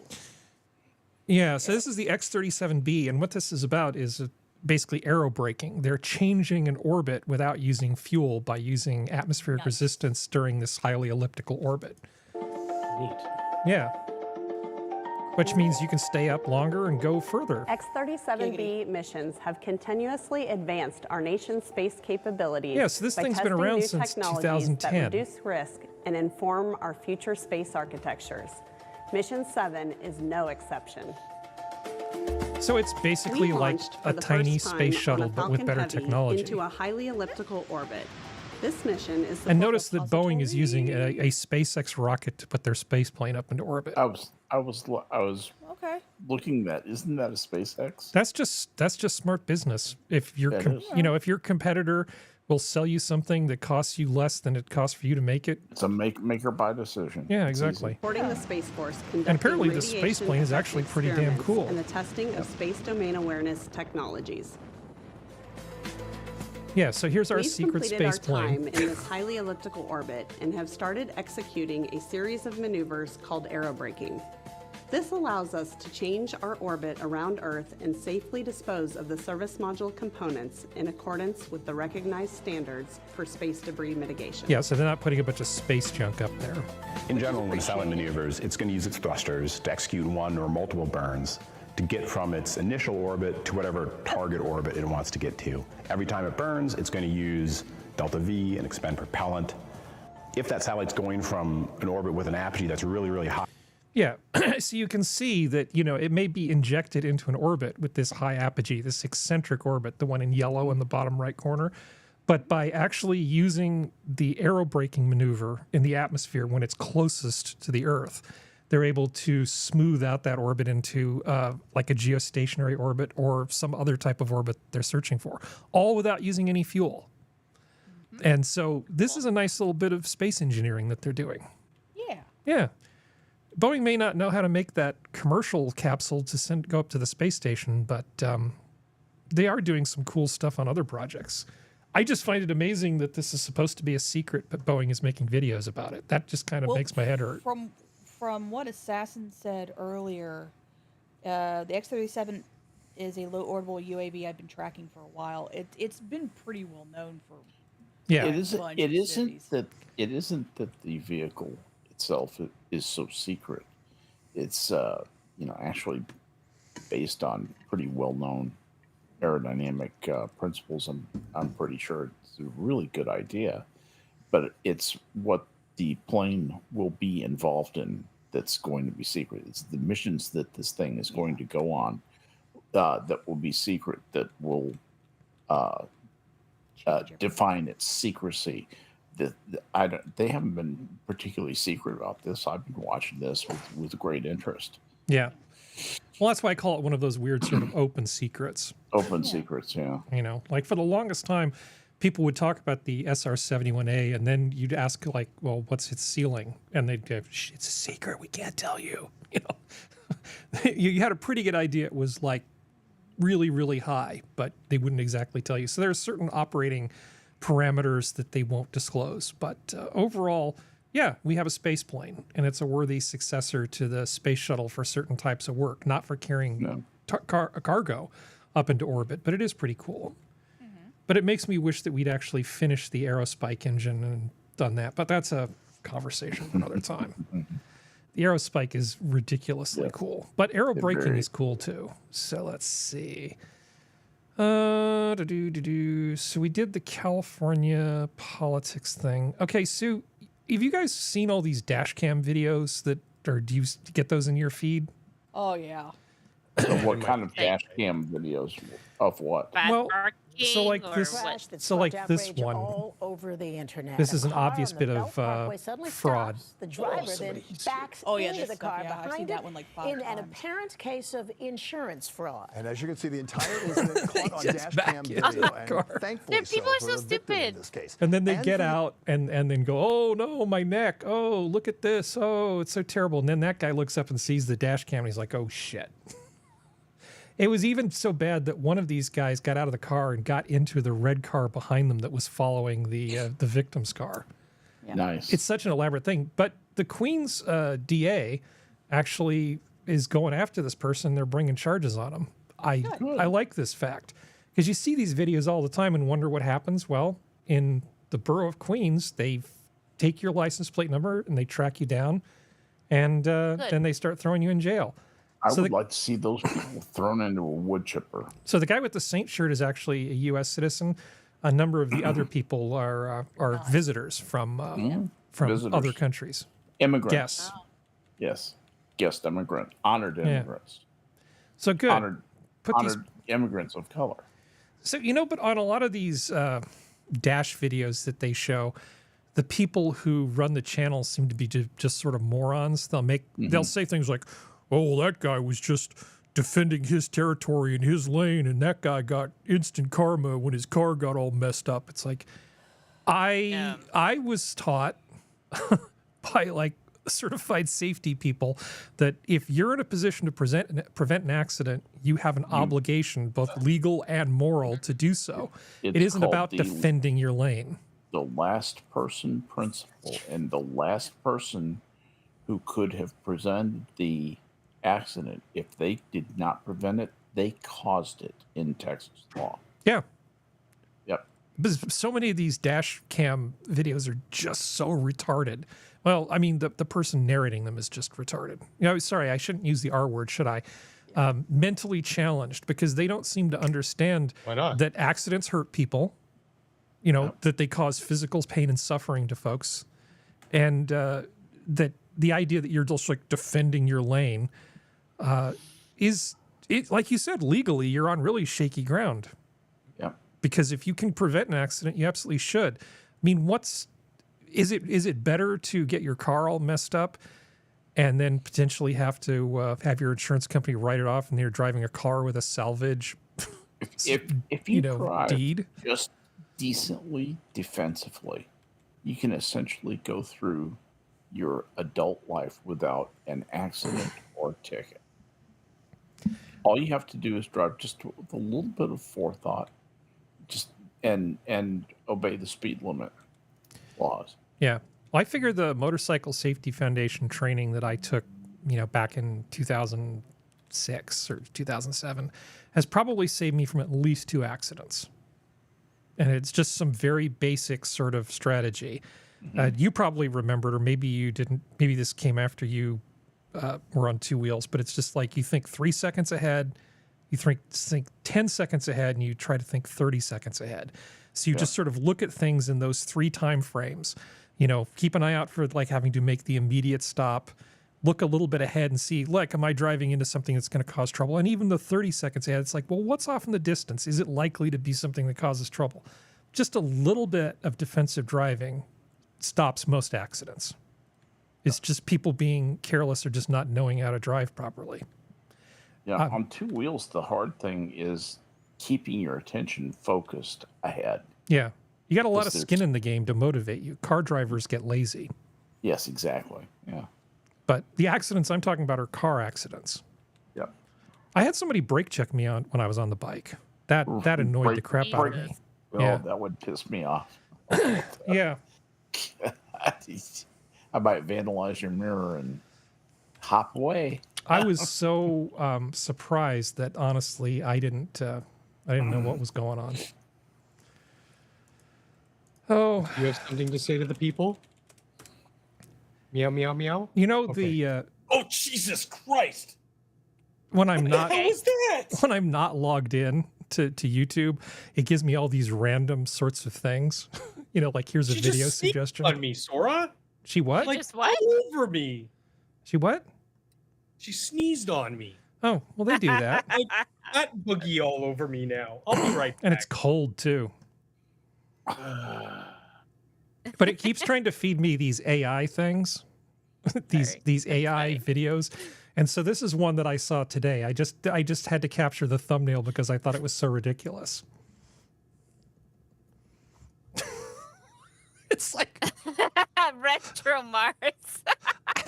I don't think pressure containment is working for her. Yeah. I think the best part is the fact that those are out. Do you think they're still wearing a swollen because of the bobblehead. low pressure? Do you think maybe that when she goes back into the pressure dome, they shrink down to a normal size? Man, the elasticity of human skin. Yeah. Good job, Retro Mars. Well, memes. boys like boobies. Yep. Oh God, that's nasty. 3 rules: no wishing for death, no falling in love, no bringing back dead people. I wish for envelopes to moan when you lick with them. When you lick them, there are 4 rules. I get a lot of that AI like Panavision or whatever. Like, this is what World of Warcraft would look like. This is what Fallout would look like. I never click on them because I always hate them. Yeah. Well, I mean, I Some of them mentioned. are okay, but they're all samey. Yeah, exactly. they That's why I don't become click on them samey. because it all just okay. Yeah, great. Now what? Yeah. So I mentioned Blue Sky as a hug box, I think a couple weeks ago. Yep. And it's just sort of this alternative to Twitter that's got like less than 20 million people on it. But recently, this has been happening. People have been getting kicked off of Blue Sky because you're not allowed to say anything about the accuracy of an election. And so when they questioned the election that Trump won, they got themselves kicked off out of their hug box. Oh yeah.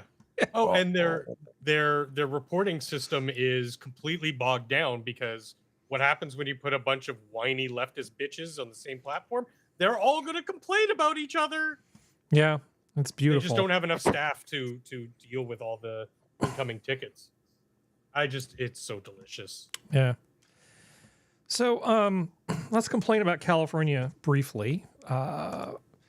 So there's a new law that's going into effect, and they say here in this thing, San Francisco just lost 14,000 parking spaces. So anybody know why San Francisco's losing 14,000 parking Are you places? guys doing the stupid bikes? Nope. Homeless spots. Are you doing scooters? No. They're lane widening.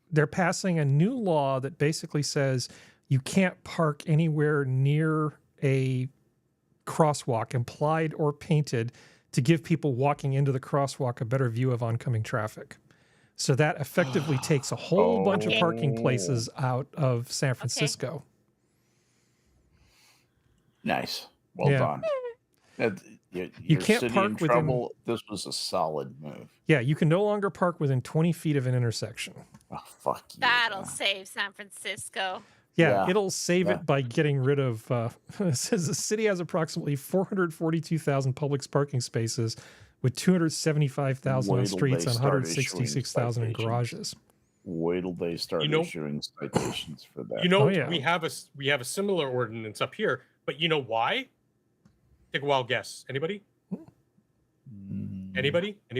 Because 8 months out of the year, it's covered in fucking snow, and the plows can't get Oh, through. yeah. So it actually makes sense. In Oh, California, yeah. Didn't think in of San that. Francisco, where does this make sense?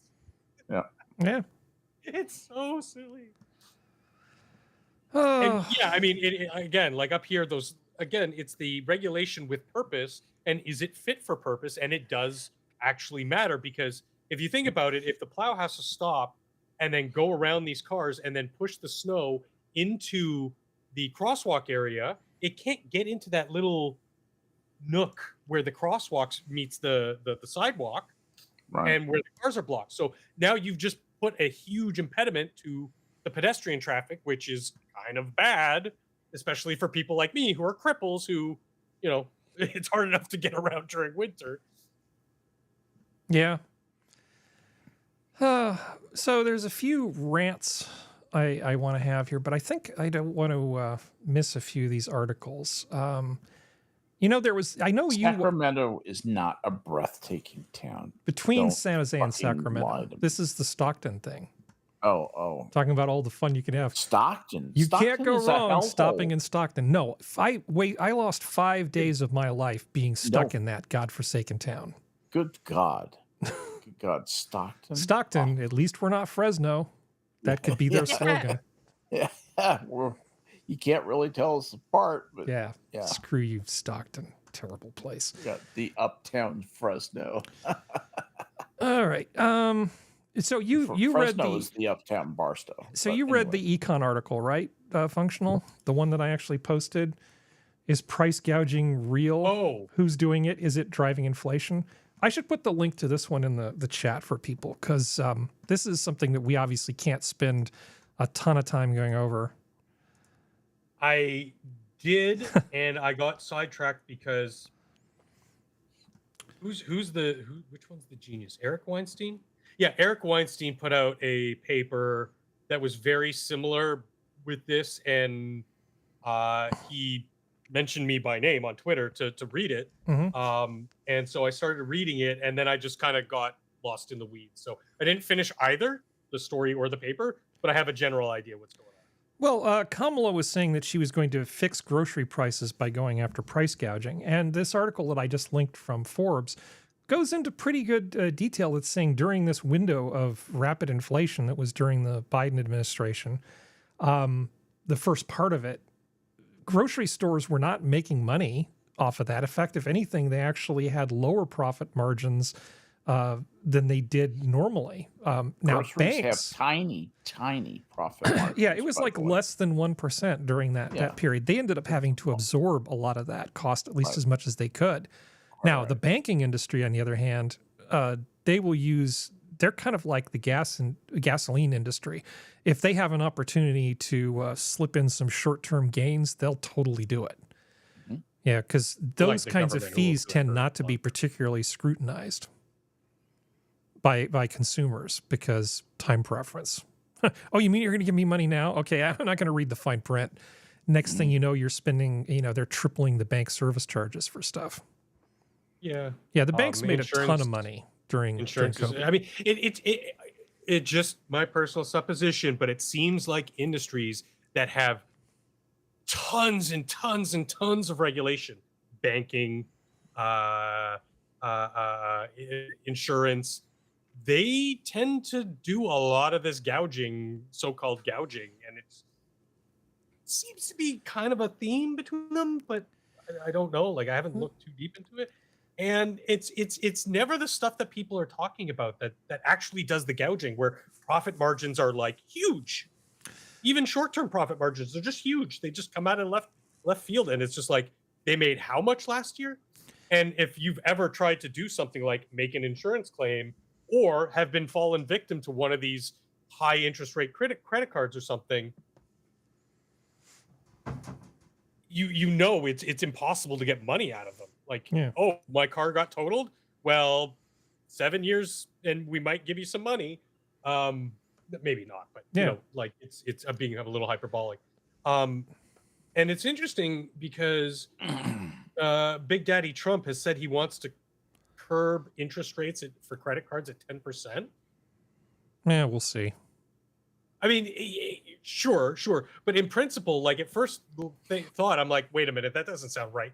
But then I looked into it, and I'm like, okay, and like, there doesn't seem to be a downside. Like, people are still like the credit card division of the banks still are going to make money hand over fist on this, but they're not going to be able to, once you reach a certain amount of time with a customer, they aren't going to be able to say, oh, well, that 12% credit card that you signed up with us for, yeah, it's at 24.5% now. No, there will be negative side effects. Okay, so what you're going to find is if you cap interest rates, consumer interest rates, with some sort of usury law, what will happen is higher risk borrowers will become excluded from the market because the lenders will not make money. They will actually lose money based on the riskier people, the people who default, or the people who do more shopping at places with higher chargeback ratings and things like that. There is no free lunch. You cannot get them to give credit to people where they lose money. So you said that was a bad thing. Why is that a bad thing? I guess it's a bad thing for the people who have poor. It makes credit unavailable to a lot of people, and typically why don't you legislate something that says you have to extend at the same Reddit to those less credit worthy? Yeah, well, you just choose to not do business anymore. You just close up your credit card. Isn't that equity? Isn't that a matter of equity? Well, we both. I know you've got your tongue in your cheek, but no, that's a bad thing. But the main thing is that the grocery thing.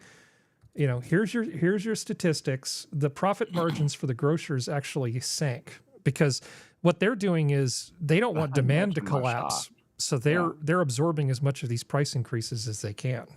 Right. Yeah, the money is not, it's not your grocer that might be the issue. Now, the meat packer and other things, okay, that's a different conversation. But the grocer is not the one causing your eggs to be so expensive. No, the price gouging thing, that was just completely manufactured as far as I can tell. Yeah, I know. Appealing to the lowest common denominator, yeah. No, but I think this is where Skep and I disagree. I think she was actually going to try to do it. And you think it's all just for show. No, I think she would have. I just don't think there's any actual price gouging going on. Sorry. Gougers. Yeah, I'm not even sure that's sort of like saying hate speech. It's like, no, there's just free speech. You want to hear something sad, but like also hilarious? During the same sort of period of time here, because I was interested, I was like, okay, so what happened here in Canada at that same time? You know who made the most money out of all of this? It wasn't the grocery stores, it wasn't the producers, it wasn't the ship, it was the government, because the 20% carbon tax that's levied at every level of production. Sweet. It just Nice. I don't have the number in front of me, but it was so astronomical compared to profits of the two main big grocers up here, AMP and Dominion. No, is it AMP and Dominion? Whatever. We have basically two main grocers. One's aligned with the liberals, one's aligned with the conservatives, and they lobby. Blah blah blah blah. Groceries shouldn't have political alignments. The producers, obviously, farmers, they're in trouble from a lot of these over regulation legislation we saw, like butter, the Amish thing. Like people are starting to take notice of that's really good. Their margins are tiny. Like everybody else is, a lot of the middlemen, they're making money. They're not destitute, obviously. They're in business. But then you look at the government's cut of the pie, and you're just like, but wait, how is this possible? That's more than the industry makes. Yeah. Well, let me take. Let me take what you're saying as a fucking criminal. Let me take what you're saying and segue it into something that we need to cover. Price gouging at the pump. Newsom's gas hikes hit hardworking Californians, so they are intentionally adding a bunch of extra taxes onto the price of gas in California to deter people from wanting to buy gas. Yeah, we'll use market methods.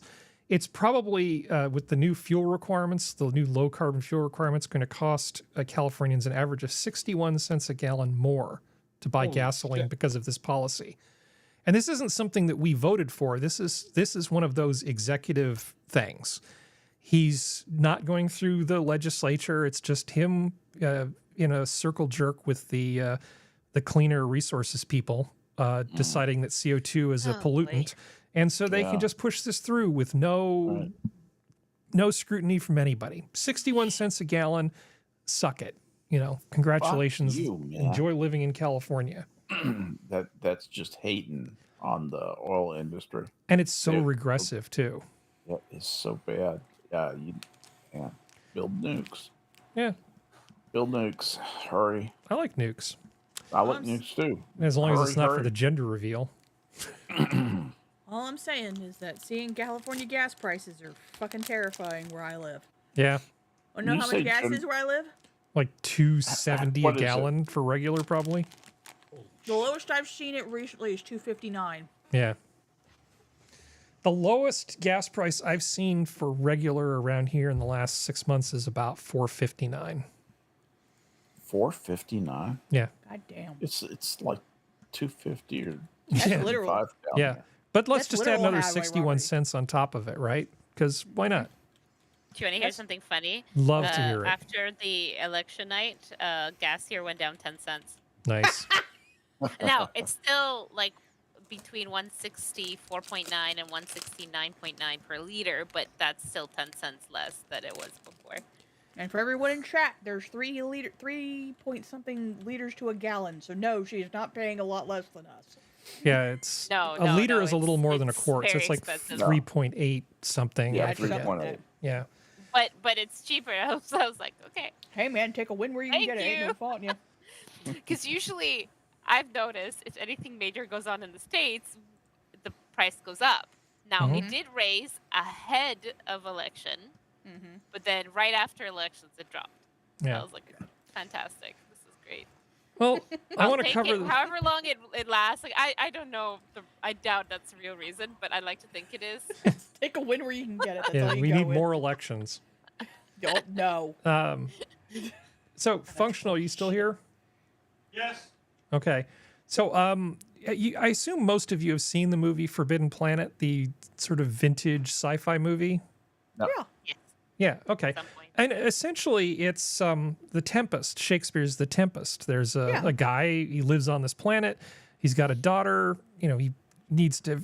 At some point, she's got to like leave. So you know, you have to find like a suitable suitor. So whether it's a planet or an island, it's The Tempest. It works That's the same. that's what it is. Yeah. But it's in space and there's robots. And it was one of the first movies to actually not have the robot look like a tin can. I mean, it's a pretty good movie considering the time it was made. And it's weird seeing Leslie Nielsen as playing a I was going to serious say it's role. got Leslie Nielsen in Yeah. it. No way. Yeah. Yeah, it does. Yeah. Yeah, no, it's actually a really good movie. And like I said, one of my my former business partner, his dad used to date Anne Francis, who's the female lead in this. Yep. So I'm only 2 degrees of separation from somebody who's in this movie. Oh snap, Nice. Harry! Oh Yeah, snap! I know. I don't know a lot of famous people, but no, they're going to remake Forbidden Planet, and I have to say I'm slightly terrified. But the good news is, it's not one of those franchises that I think kind of engenders a fanatical loyalty. Like it's a good movie, and they might make a movie version of it that screws it up. But I don't feel like it's a franchise that breeds super fans, I guess is what I'm trying to say. So it isn't like remaking Harry Potter or remaking something that people care about. I mean, it doesn't mean I want them to make a movie that sucks, but I do feel like they're running out of movies to remake because they finally got around to Forbidden Planet. Well, I mean, technically, like it's a remake, but it's not a remake because it's Tempest, Shakespeare. So it was already it's a whole weird hullabaloo. And there is a Star Trek TOS episode that's also basically The Tempest. There's quite a few movies that are Tempest based. And that was actually that's one of my favorite TOS episodes, I think, because it's really pretty darn well written. But hey, man, I give them a chance. See what they do. Yeah, I mean, it's got to be. Yeah, I'm curious to see how it turns out. I for one, am willing to give them a chance because I don't get some sense that they're going to turn it into like the Netflix remake of something where they just ruin it with weird politics. Well, it's Warner Brothers, so they might be trying to make another, like what they tried to do with the monster thing. Might try to make another universe. Space universe. Yeah. So Yeah. I hope sci-fi universe. if they do, I hope they do it well. That's all I'll say. The 'Cause Warner they're trying Brothers. to do with Kong. The Warner Brothers are fun. Like you remember the Animaniacs, right? Oh, I love Animaniacs. I Yeah. love Animaniacs. Oh, here we go. And now, the nations of the world brought to There you we by Donald Trump. No way. Oh, fantastic. Yeah, of course they did. This is awesome. United States, Canada, Mexico, Panama, Haiti, Jamaica, Peru, Republic, Dominican, Cuba, Caribbean, Greenland, El Salvador, 2, Puerto Rico, Colombia, Venezuela, Honduras, Guyana, and still Guatemala, Bolivia, then Argentina, and Ecuador, Chile, Brazil, Costa Rica, Belize, Nicaragua, Bermuda, Bahamas, Tobacco, San Juan, Paraguay, Uruguay, Suriname, and French Guiana, Barbados, and Guam. Okay, Guam. Nicely done. that's pretty good. good. I'll put that in the chat for people too because I enjoy that. beautiful. I like That's that. from 3 years ago, but that's So okay. good. It's good.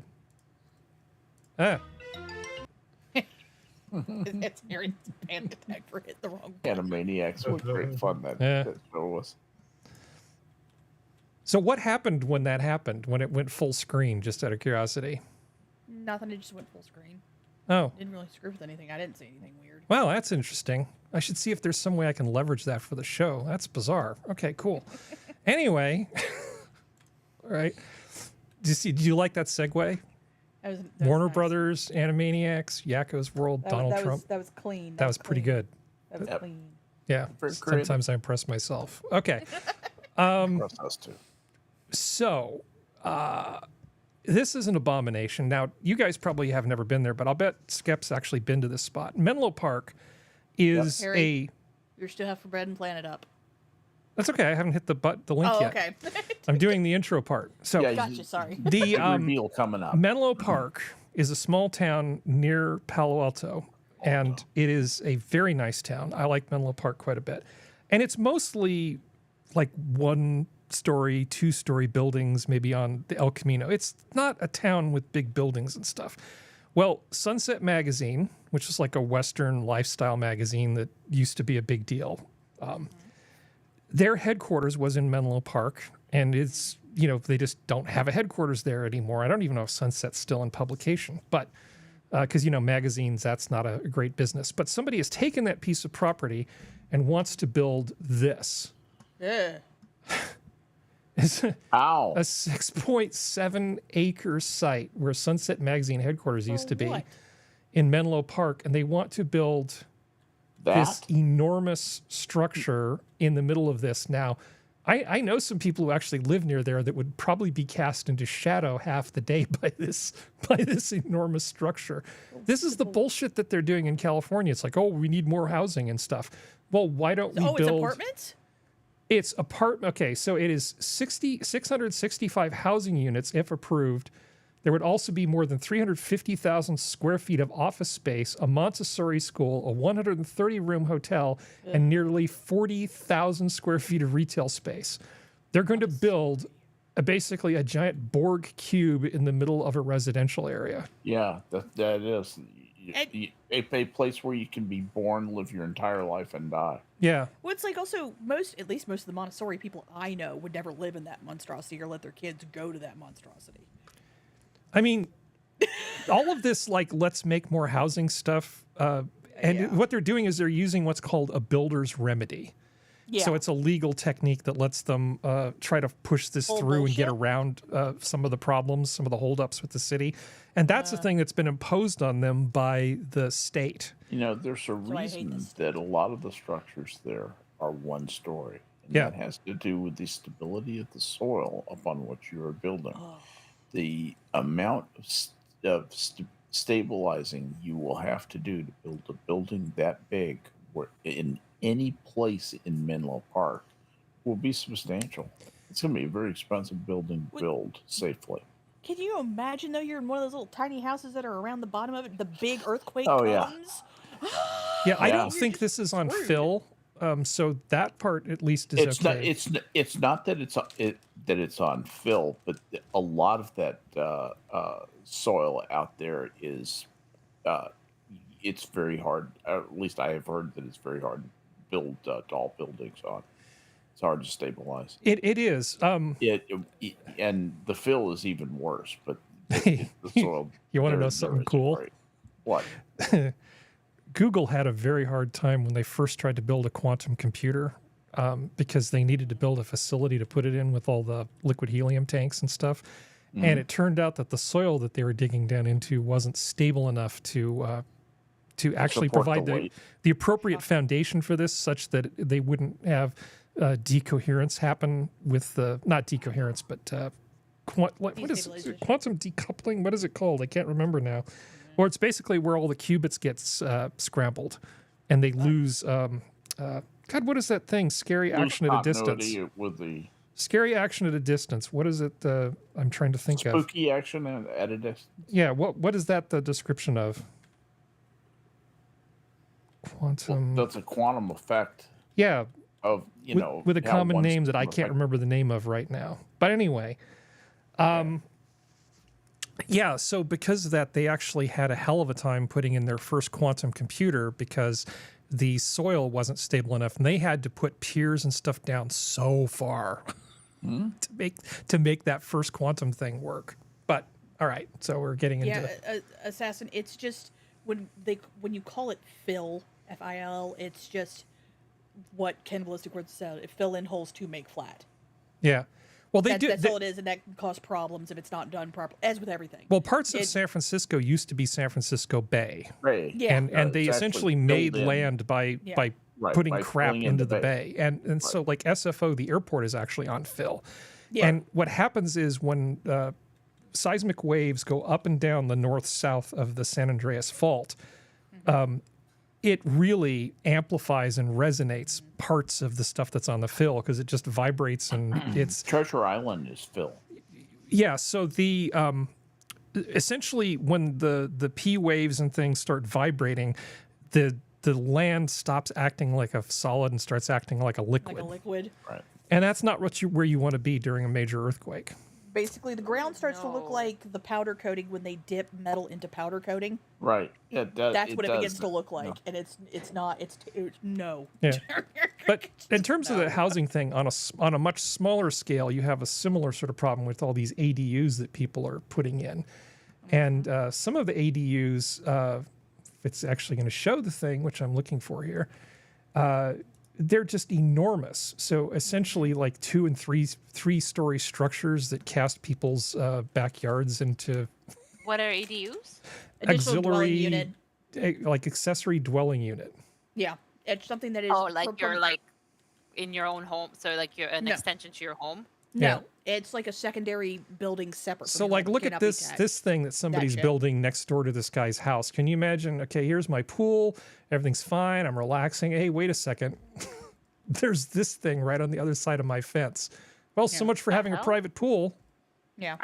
Aren't you supposed to have like the height, like how high you can build? ADUs fall under Or different do they- regulation in California. If they can get permitted for an ADU, they can go up to sometimes a little bit higher, depending on what the permit specifications for the area are. ADUs are just guest houses. That's all they are. They're guest houses that are not Yeah. attached to the house. I mean, like so here we call lane homes. Yeah. So now that I know they're basically lane homes, but they're not. They cannot go beyond a certain height restriction. Depending on the area, it depends on what restrictions they can do, and especially considering some areas have gotten certified so they will build apartments. A lot of the people who are building ADUs and the companies who build ADUs are using that in their favor to try to build taller things. This way they can do 2-3 unit places. This way they can rent it out and make extra money to make it for the taxes. Yeah. The state California is does. forcing the cities to let these things go through. Yeah, And of basically. course, Oh, that that's means, horrible. well, where's the parking come from? Just think about all the problems that you get. So whether it's on a small scale with the ADUs or a big scale with some giant monstrosity. By the way, Skep, these would be the tallest buildings in Silicon Valley outside of San Francisco. I'm sure. How fantastic I'm is sure that? That's just marvelous. Yeah, it's the best. It's the best.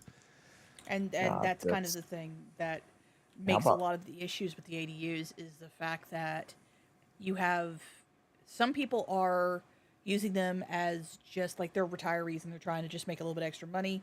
And then there's other ones who are doing the Airbnb scam, which basically means they have new people every single or multiple people a week, which makes it even worse because then it's a safety issue because you don't know who these people are and you don't know who's being allowed into your neighborhood. There's the fact that some of these windows look right over fences into other people's bedrooms. 'cause There's they a had them reason weird for parts. zoning regulations. Oh yeah, absolutely. And offsets and and other things. Yes. 100%. Yeah, I agree. But yeah, no, the ADU thing I think was originally passed to try to help with the excuse was air quotes excuse was to like make excuses to give allowances to make apartments. But then the people who were doing the ADUs were either having family members live in them or they were charging obscene amounts of rent. Like I think I saw a story of my cousin, because my cousin lives in San Diego. He sent me a story of someone trying to do a studio for like $3,000. Sweet. You use it for money Oh. laundering. That'd be awesome. Yeah. Which is the other thing that they're doing, because that's a really easier way to money launder. So it's just All all right. kinds of fun. So let's see. We need a category for the last item of the night. What would that be? Oh, what category would it be? It would be, come on, load. Sex robot Samantha gets an update to say no if she feels disrespected or bored. Or bored. Nice. Arguably, the world's most famous sex doll, Samantha, has a new feature. Samantha will now go into dummy mode if she detects that her user is being too aggressive or if she feels bored by her user's sexual behavior. Dummy mode doesn't mean you can't. Imagine. Yeah, dummy mode doesn't mean you can't engage in sexual activities with Samantha. It just means she won't respond physically or verbally. Basically, she'll go into that won't stop starfish some mode. Oh my god. She'll just start starfishing and That's thinking phenomenal. about WD-40. and you'll get no response from her. I am so disconnected from this story. I can't even understand the issues, the thinking behind it. Oh yeah, exactly. Cannibalistic Wizard, exactly. What did Cannibalistic Wizard say? Yeah, what? Something Kamala needs, lol. Oh, that's Critical Thinkers Guild. Great, no, he put great play.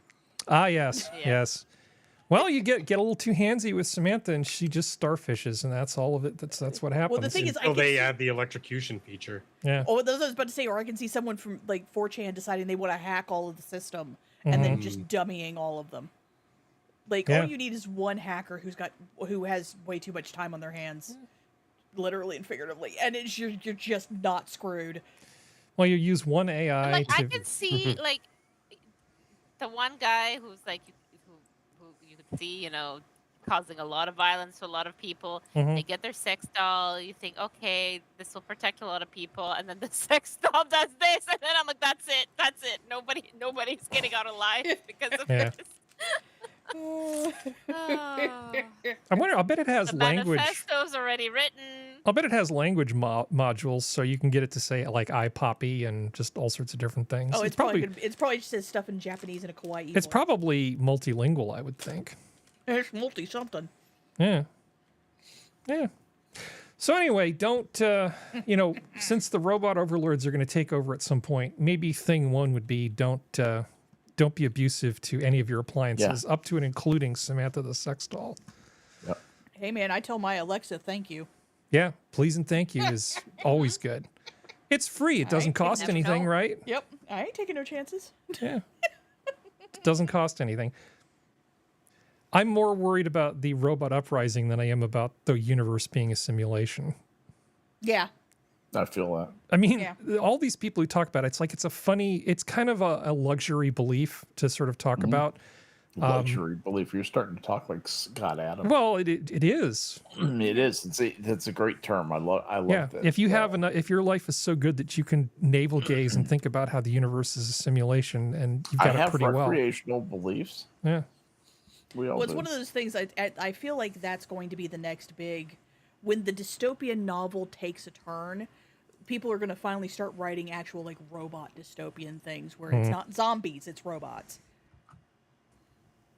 Yeah, I've actually turned a few of my friends onto Foundation on the fine Apple TV, and so far nobody's gotten mad at me and said that was a waste of my time. I really do like that thing. I just wish it wasn't on a paid platform that nobody watches. Yeah. Because I mean, I basically got it for free and then got hooked on the show and didn't cancel it. Now this is Foundation. The Asimov Foundation? Yeah. It has been heavily modified, but it's still good. Okay. Even the woke things they've added to it, it's like you might have characters, you have sort of colorblind if Harry casting. Seldon is a fat black lesbian, I'm not watching it. Harry Seldon is actually a very good actor. God, why can I not remember his name? I think his last name is Harris. It's not Sam. It's not Richard. Harris? Jared Harris? Ed Harris. No, that's a different guy. What was the name of the show, Harry? Foundation. Yeah. Oh, are you talking about God dang it, Jared Harris? Jared Harris. I can't remember people's first names. Lee Pace is in it. Yeah. Yep. It's really good. I gotta tell you, it's really good. If you have an opportunity to see it, watch it. Because I reread the three Foundation. I call it the Foundation trilogy. I reread that every 3 or 4 years. Yeah, it's damn good. It's such good literature. Careful, Harry, you may get copyright struck. Be careful. Oh, from that? Yeah, maybe. It's Apple. No, they do that if I chop half of her head off. They think that'll be enough. Okay. There you go. So it's like there's another one that's on Apple TV. It's like called The Silo. Oh yeah, really that's that. What's her name? Rebecca Ferguson. Yeah, Rebecca Ferguson. Yeah. That one's really good. That one so far is really good, but I'm waiting for them to pull a loss and do stupid crap. and mess it up. Yeah. But that's me. Well, I see Assassin of the Grey. Yeah, I can totally understand not wanting to give them money. At some point, this will find its way off of that platform. And when you get a chance to watch it without giving Apple money, then you should consider it. I'm certainly not suggesting that anybody give Apple money. I sort of have to use their products. And like I said, when I bought a computer, I got a subscription to it for free. So it was easy. Apparently, it's on Amazon if you have an Amazon Prime. Is it? That's what I'm double checking because that's what the Google says. Is it? Hang on, I'll check my Prime account. Check my Amazon. Unless it's on there and Prime you Video. have to pay. Yeah, no, it's a 7-day free trial. Sorry, nope, wrong. 7-day free trial of Apple TV through Prime, right? Yeah. Oh, You gotta sign up for that Apple TV. sucks. It looks like. Yep. Skep's got too much stuff to do to watch I know, 2 really. seasons of this in 7 days. I also got like Apple TV a few years back when I got my phone for the 3 months, and at that time there was nothing that was interesting for me. So I never. Yeah, they didn't used have it. a lot I never- back then. Yeah. They didn't have a lot back then. I But think. anyway. Well, I think they had. There's something with Jennifer Aniston. I think that was something to do with news. morning show. It's still on. Morning show, something like that. But I wasn't interested in that. And then just at the end of my trial, there was the one with I think it's called C or something. It's like it was a blind guy. I think it was. I don't know if it was fantasy or sci-fi or something. But it was too late. I was like, oh, I only had like a couple weeks left of my trial. I could be bothered. Yeah, it's one of those things. It's one too many subscription services, you know. I know. Well, colorblind casting is not the same thing as diversity. I mean, it's obviously related, okay? But if you cast people based on talent and you don't pay a lot of attention to their skin color, okay, that's fine. But if the they person used to do that though, but because then people would never bring up skin tone or ethnicity or whatever. Right. Well, if they you would don't just let the actors do their thing. just let the actors do their thing. If the actor is like, you know, an actor of color, a BIPOC, right? And all they do is talk about BIPOC issues, then clearly it's about diversity. Because you're taking what should be a story about a thing and then layering a bunch of PC crap on top of it. If you're just hiring talented people without necessarily having their skin color change the story, then it doesn't bother me quite so much. But, you know, maybe it's just my Overton window being shifted and I'm getting soft on communism. Yeah, I doubt that somehow. Yeah, that's exactly it. I'm a lot of things, but not soft on communism. I registered to vote and I registered for the draft on the same day. And I freaking hate communists. Okay. That's not what he's talking about, Assassin. Yeah. He's talking about if they find a really good actor and they just happen to be a different skin color, they hire the actor anyway. They're not talking about modern audiences never enters the equation. Yeah, I don't like quotas. I don't think we should have quotas for actors. Oh yeah, exactly. You know, that's another thing. But the worst thing they can do is just introduce race as a component to a story that doesn't have anything to do with race. That's the really bad thing. Or erase that because, like in the Gunslinger trilogy, Roland, the gunslinger, it has to be white. Yeah, because the story and his interaction with some of the characters, he interacts with somebody from like the 1930s who's like this crotchety old woman, and she's really, really racist. Like she says, and she has these interactions with people who are black, and it without giving anything away, like it's an integral part of the story and how some things are resolved and how certain characters develop, that you can't take that away is one of the biggest reasons why the movie, even though, God, what's his name? Idris Elba. Idris Elba is one of the greatest living actors today, cannot play that role. Yeah. He can't. He just simply can't, unless we're gonna like CGI him with some non-melanated skin or something, or it's animated. But like, as is, you can't do that. Yeah. But something like, you know, when they turned Hamlet. God, what was that movie? It was one of those SoCal gangsta flicks. Oh. But basically it was Romeo Hamlet, and but it Juliet? was Hamlet in the hood, and I mean, sure, of course, like it's you're using the archetype of the story to tell something more modern, and I it's mean, they set did in South O. Central LA. Do you mean Othello. Othello? No. It was maybe it wasn't Hamlet. It was Well, there was Romeo and Juliet that was done by Baz Luhrmann years ago. Yeah. That one's where it had Latinos and everything like that. not Like Hamlet. that What's was the really other good one? too. King Lear. There's King there Lear, wa- Macbeth. Macbeth. Thank you. It was Macbeth. And anyway, it's again, like my point Join is us in like, our survey of Elizabethan literature. if you wanted to turn around tomorrow and make Luke Skywalker a black kid, I mean, again, look at what happened with Fan Four Stick. You're like, she's a white girl, he's a black man. How are they brother and sister again? And then they gave you all this wishy-washy. Well, you know, in rare circumstances, if you have a black, no. They never come out like that. Sorry, biracial children never come out like that. There are features from both parents that come out into play, and to just sort of hand wave it away, it's like, well, no, he's not her stepbrother. They are brother and sister. It's What are you integral, doing? again. It's integral to the main characters that they are brother and sister. It's very integral to the story. Smoke-free of who the functional is a lot Fantastic more Four- energetic. Yeah, not it's a bad thing or Well, anything like that. like but for instance, gosh, Iago from, some characters have to be a particular way to meet the description. absolutely. Now, one may say Snow White should have very pale skin and should be better looking than the evil queen.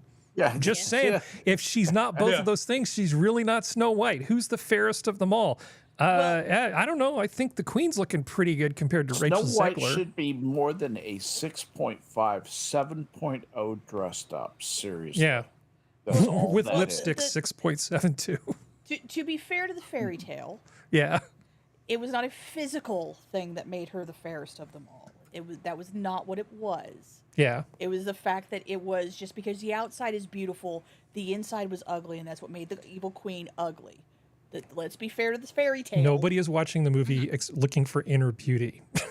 That's Well, I I think the grim tale, though. That's Yeah. that's the point. But again, there was blaxploitation, in the hood movie of Hansel and Gretel, but it worked because you're not doing a shot for shot making of the Hansel and Gretel story itself. You're using it analogous to something more newer that you're telling, just because you want to appeal to a broader audience, this audience, that audience, or just something like, again, they're using, the really hard times in the 90s of South Central LA with all the gang violence and all this, and making it appropriate to that setting. So you're changing enough. Yeah. Oh, is he? Oh, the D. Martin show. what? But there's the amazing what was it's not Leon, is it Leonidas? Oh God, what was I know the one I'm thinking of. I can't. It was one England did not too long ago. I'm trying to remember the name of this stupid freaking movie. It's one of the Shakespeare Shakespearean plays. or- Yeah, Shakespeare. It wasn't Macbeth. It was it King? Oh God dang it! I know that I can see the movie poster in my damn head, and I cannot remember which one it was. It pisses me off when that happens. I hate it when that happens. Can we have Idris Elba You'll as love Falstaff? old age. Or would it I think work? it would be funny, but I think it would be hilarious. I do love this. I do love this clip. This is actually from the Dean Martin show. So this is like primetime TV, and it's Orson Welles talking 15th about century. Falstaff. They didn't call them swingers, but they swung. And nobody Yes, more they so did. than Sir John.